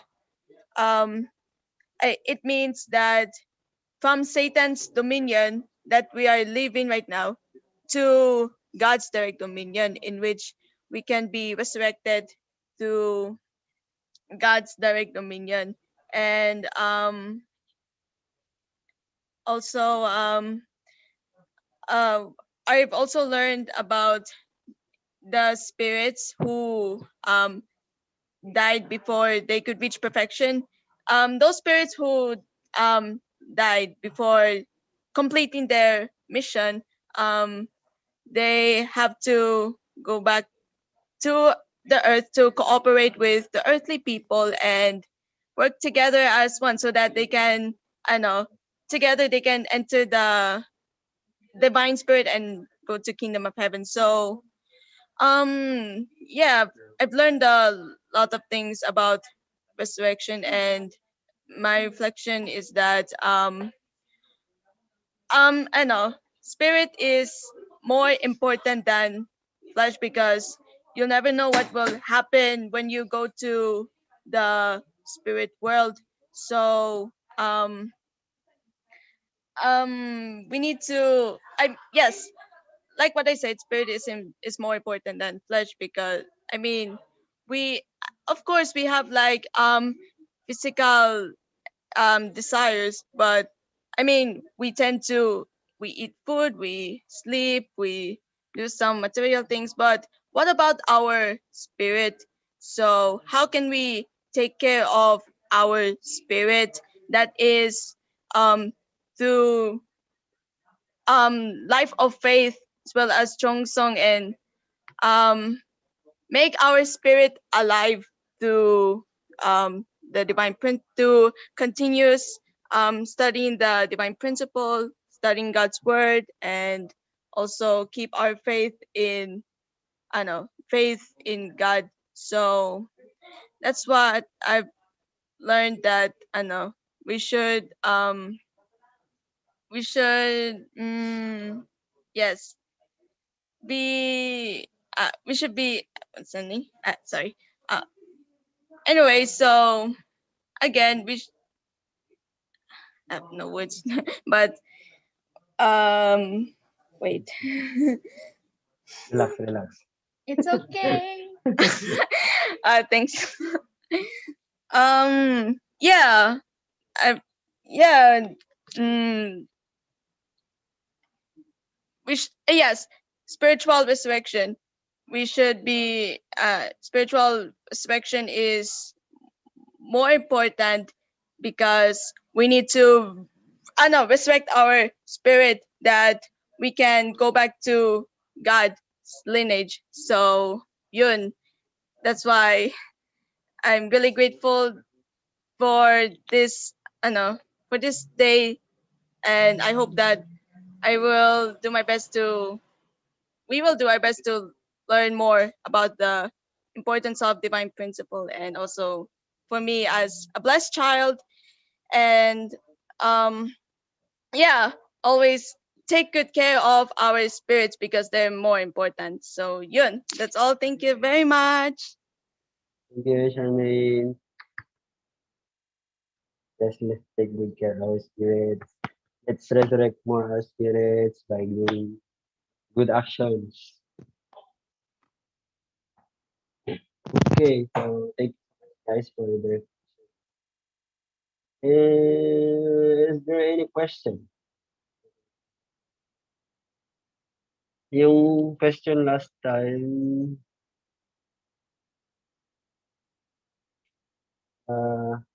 nakagutan ngayon. The question from Ate Faye.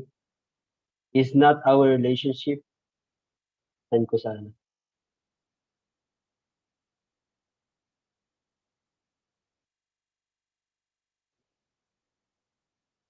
Okay.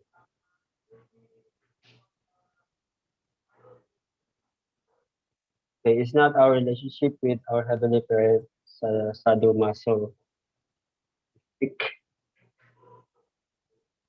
Sabing term. Who wants to answer from the years?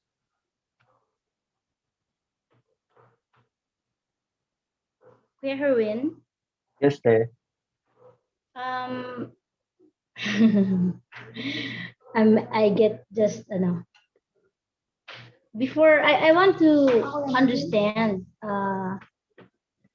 what the Sate Fe really is trying to drive at.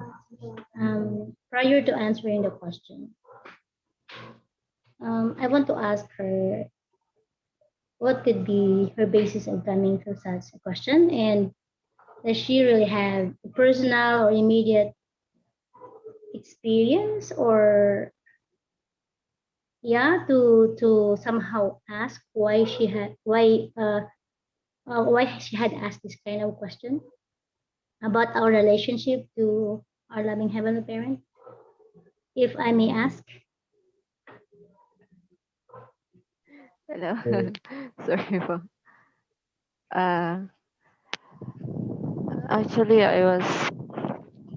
Mm, that question was because of uh, because when I think about sorry, wait. What's that? When you Ah, think about something? um, I was thinking about of our relationship with our heavenly parents kasi we kasi of the lecture, and then I realized with our heavenly parents being hurt because of us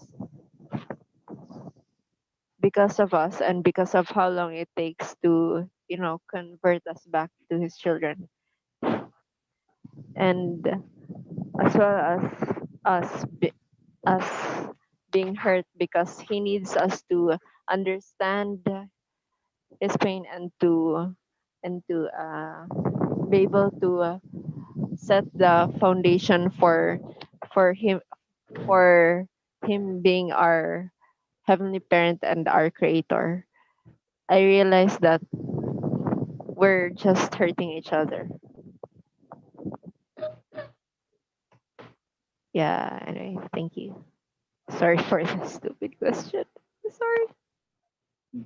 That's okay. It's just that personally, as a mom, I am kind of concerned. Yeah, because yeah, you might have gone into something that I couldn't understand. But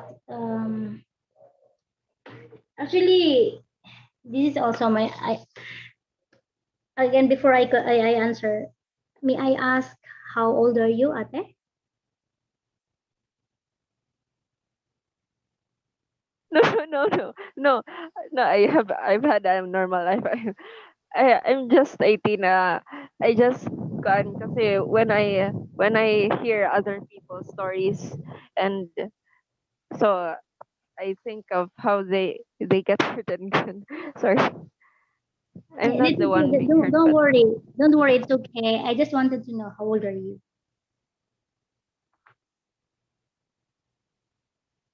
18 po. 18. 18. 18. Okay.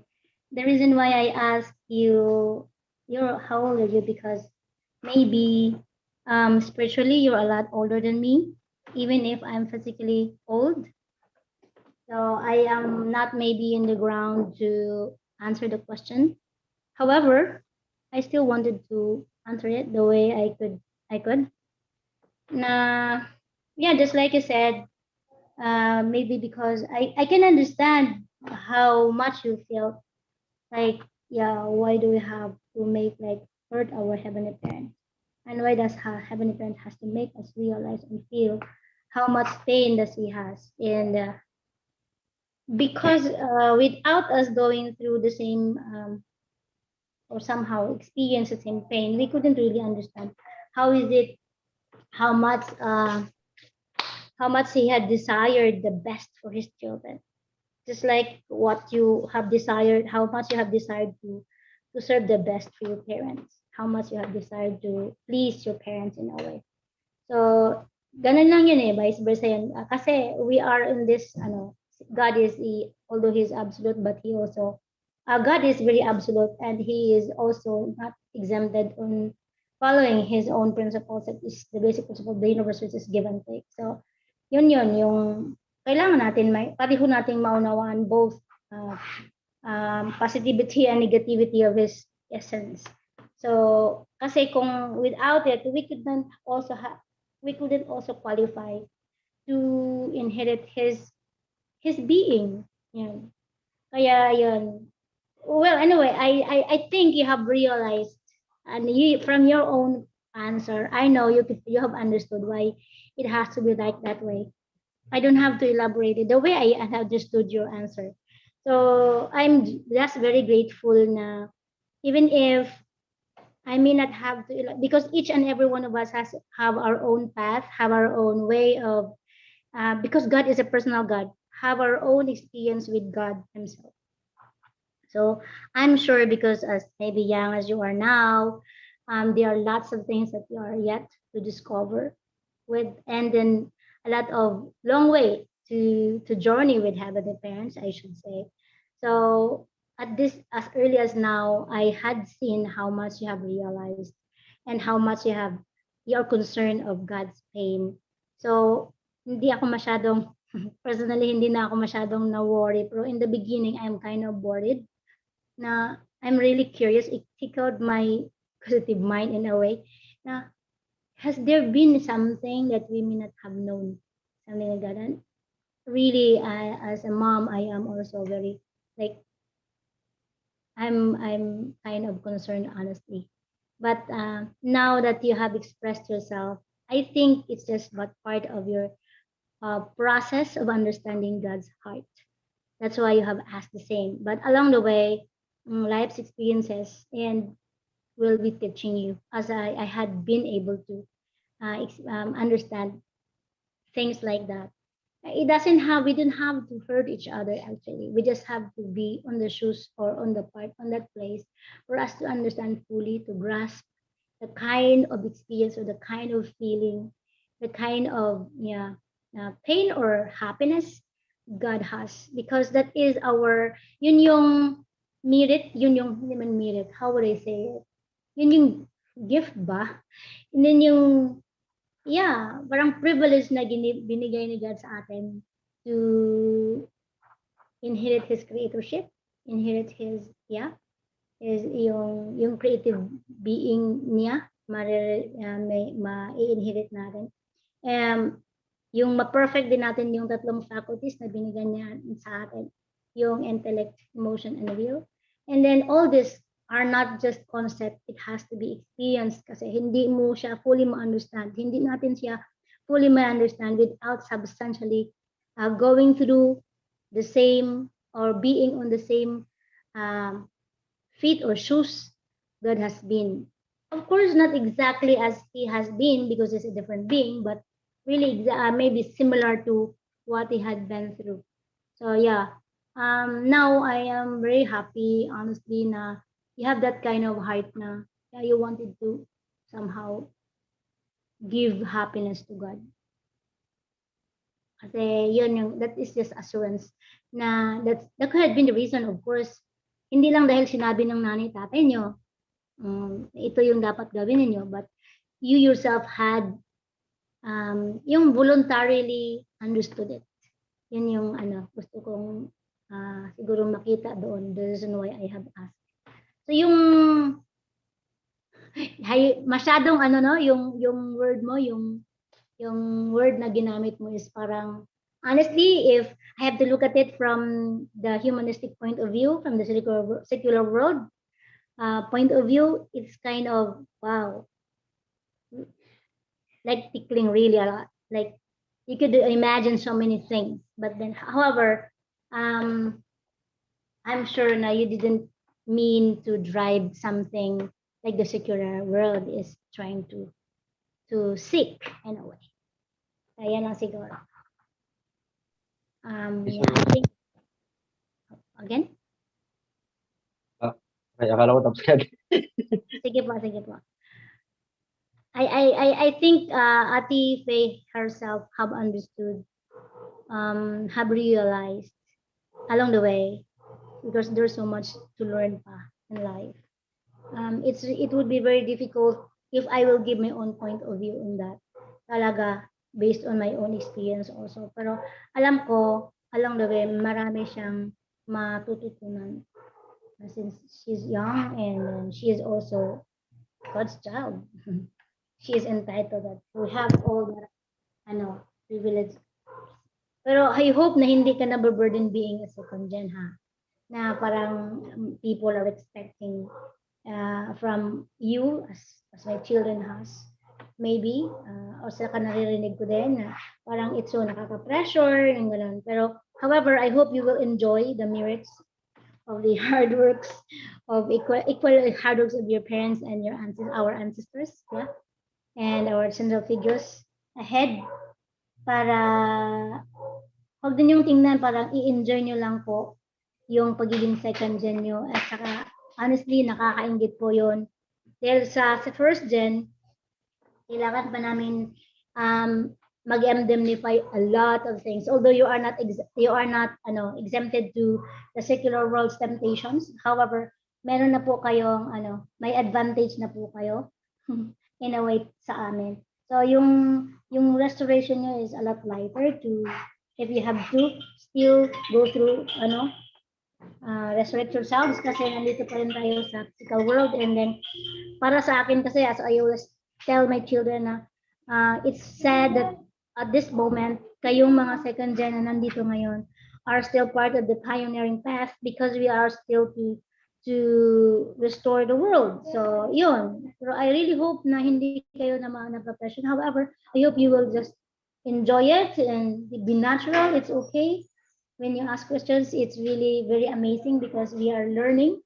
We are, natututo kami na this is something that maybe we will be able to improve next time and maybe can find means for you to be understand further. How can we be able to explain it to you na hindi magiging how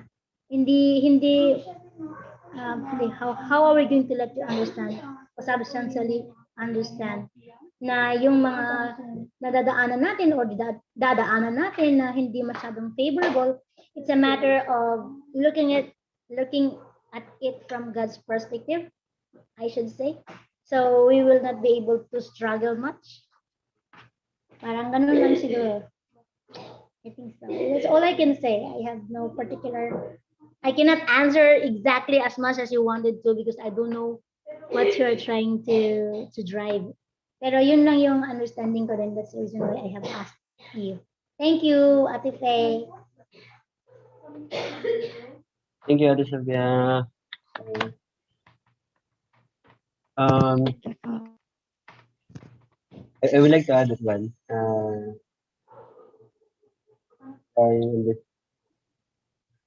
Let us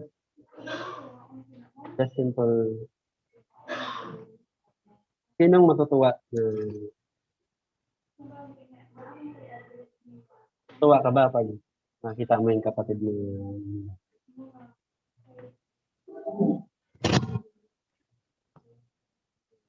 Tuwa ka ba ikaw parent makita mo yung anak mo nahihirapan? It's not sadu, ano yun? Ito talaga, saduma. So,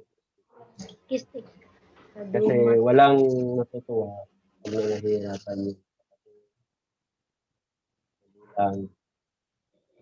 God, in relationship between God and human being, natutuwa si God. Pero bakit ba nahihirap? But why we are experiencing the suffering, pain? It is because of the fall.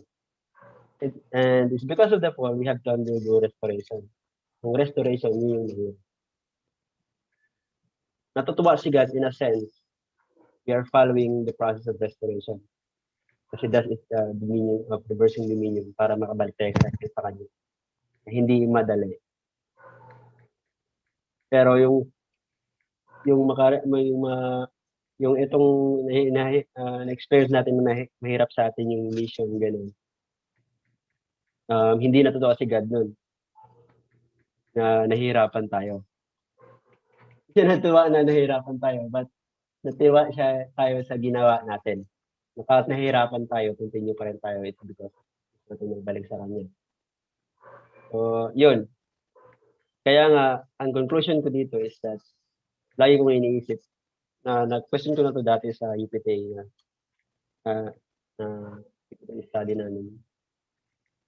Kasi, hindi pala question na sabi ko lang na kung mag-mission tayo, napaka-importante bukal sa puso ng ginagawa. Napaka-importante yung iniintindi natin kung bakit tayo nag-mission or why we are having this, why we are following the project of flow. Importante yun. Maintindihan natin yun. Huwag nating kalimutang maging masaya. Kasi while we are doing the mission, tapos malungkot ka pa, mas malungkot si God. Mas maganda yung gumagawa ka, nag-witnessing ka doon, kahit mahirap, tuwang-tuwa ka pa rin. Doon matutuwa si God. Basta yung sado na yun, yun, it is not supposed to hindi talaga siya, hindi ganun dapat. But we have to understand the pain. It is because of the rest. So let's love what we are doing. Let's love our mission para matuwa si God. Kasi hindi natutuwa si God. Kung malungkot ka, yun kasi iniisip ko eh. Actually, nahirapan ako. Na-stress ako kasi Misaya naman. Tapos, dami ko na, witness naman ako ng ibang mga family. Ang hirap naman sa buhay, sabi ko. Gusto ko lang parang gusto ko nang umalis tapos manirahan ng matiwasay. Lakwatsa dito, lakwatsa doon, ganun. Hirap kaya sa atin actually. We are doing this, we have this tribal Messiah, we have this mission, we have this like that. Ngayon, sabi ko, I'm doing this mission. Tapos nahihirapan ako. Parang hindi bukal sa puso hindi bukal sa puso sa akin. Then, hindi matutuwa si God. That is why, kailangan, if you do such mission, loving what we are doing and doing, hindi naman talaga gusto natin yung kung totoo sila, when we be honest,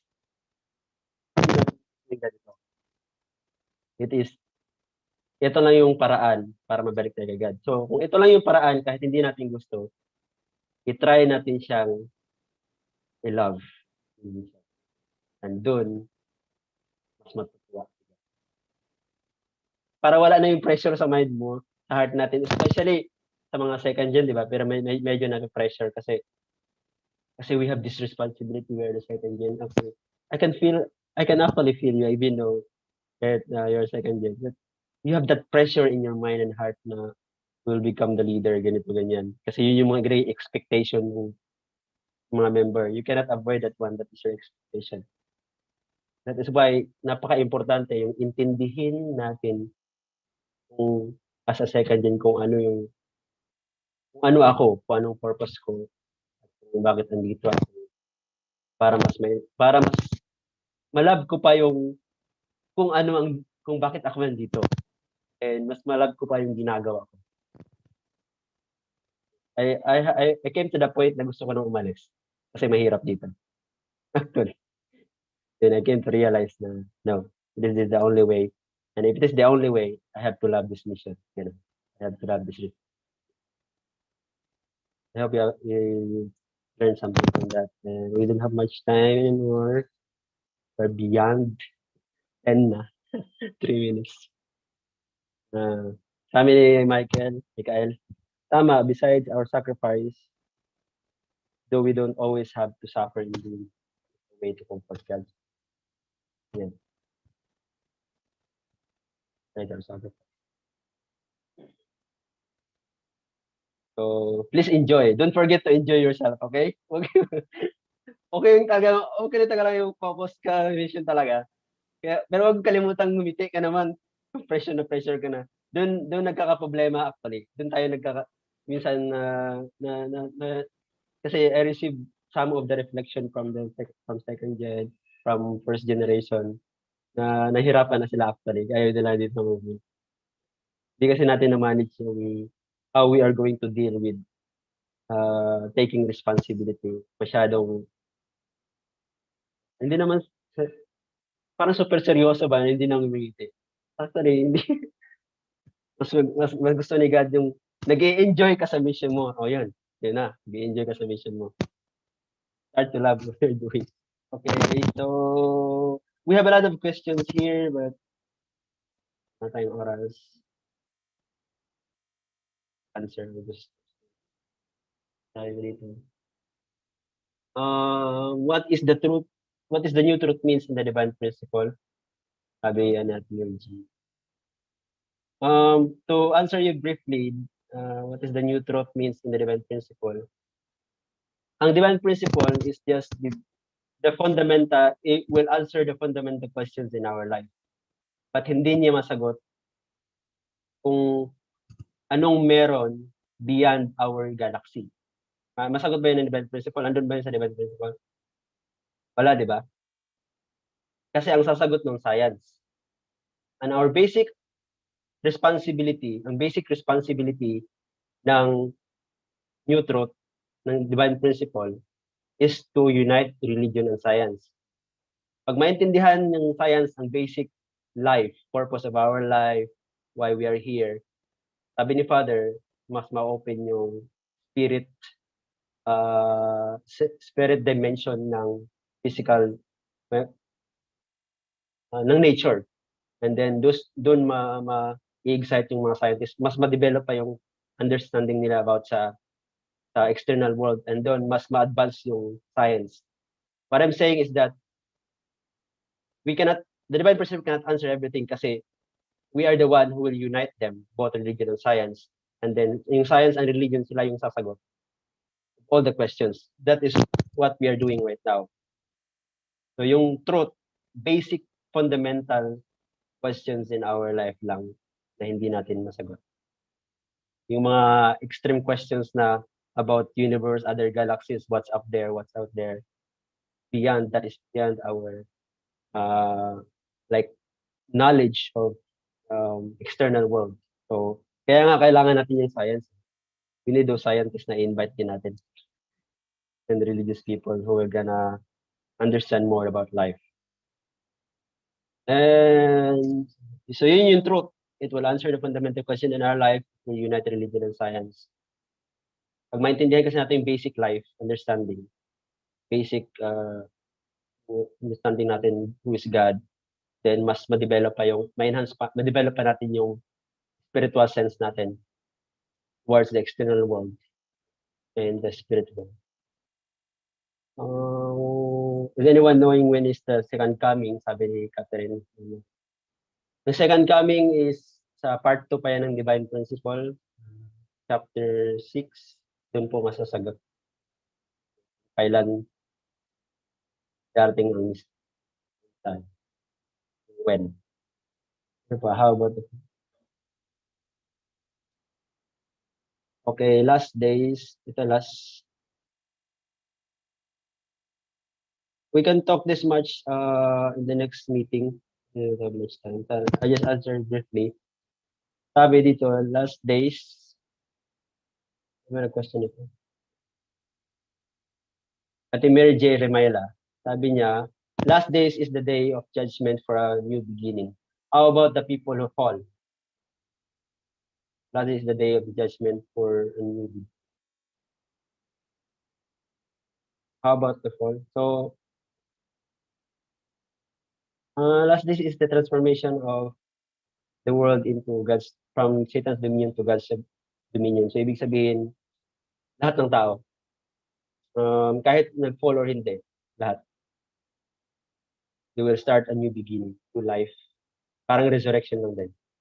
Yung last days kasi, it's the time of resurrection, salvation.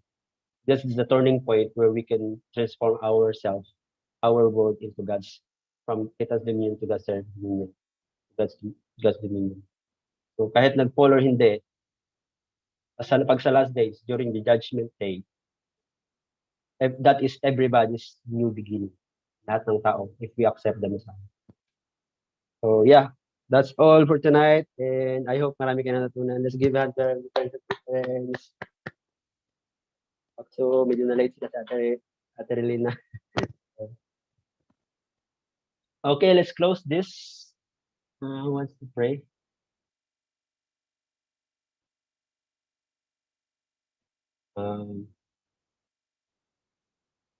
Ate Relina daw sabi niya, Ate Bunena. Te, mag-pray ka daw. Closing, sabi ni Bunena. Ako na magano. Sabi niya, nag-private message siya sa akin. Nabli ko na lang. Ganon. Sige. Please join me in prayer. Good evening, our most loving Heavenly Parents and true parents of heaven, earth, and humankind. Heavenly Father, we have just concluded our program for today, and that we thank you for this opportunity to learn your words more deeply so that we can share it to other people. Father, we cannot express how much we are grateful for us to be the first fruits who know the first fruits of our true parents who have known them and accepted them. And Father, we know that we are very fortunate, but also we also understand that this has also gave us a very great responsibility, especially to share this, Heavenly Father, to all the people, especially to the people whom we can relate with, Heavenly Father, and to people we know, so that, Heavenly Father, we can truly expand the truth, this new truth, the truth of divine principle as you have revealed to our true Father.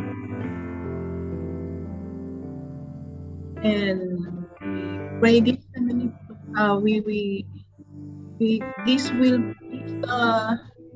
the things we have learned today and the previous learnings, Heavenly Father, about the principles would be our inspiration, and that this will be a way for us to relate more with other people, so to expand the providence and eventually substantialize the kingdom of heaven here on earth.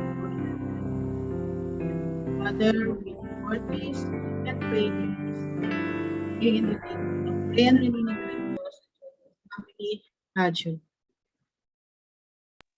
Aju. Thank you very much, everybody. Good night. Good po sa lahat.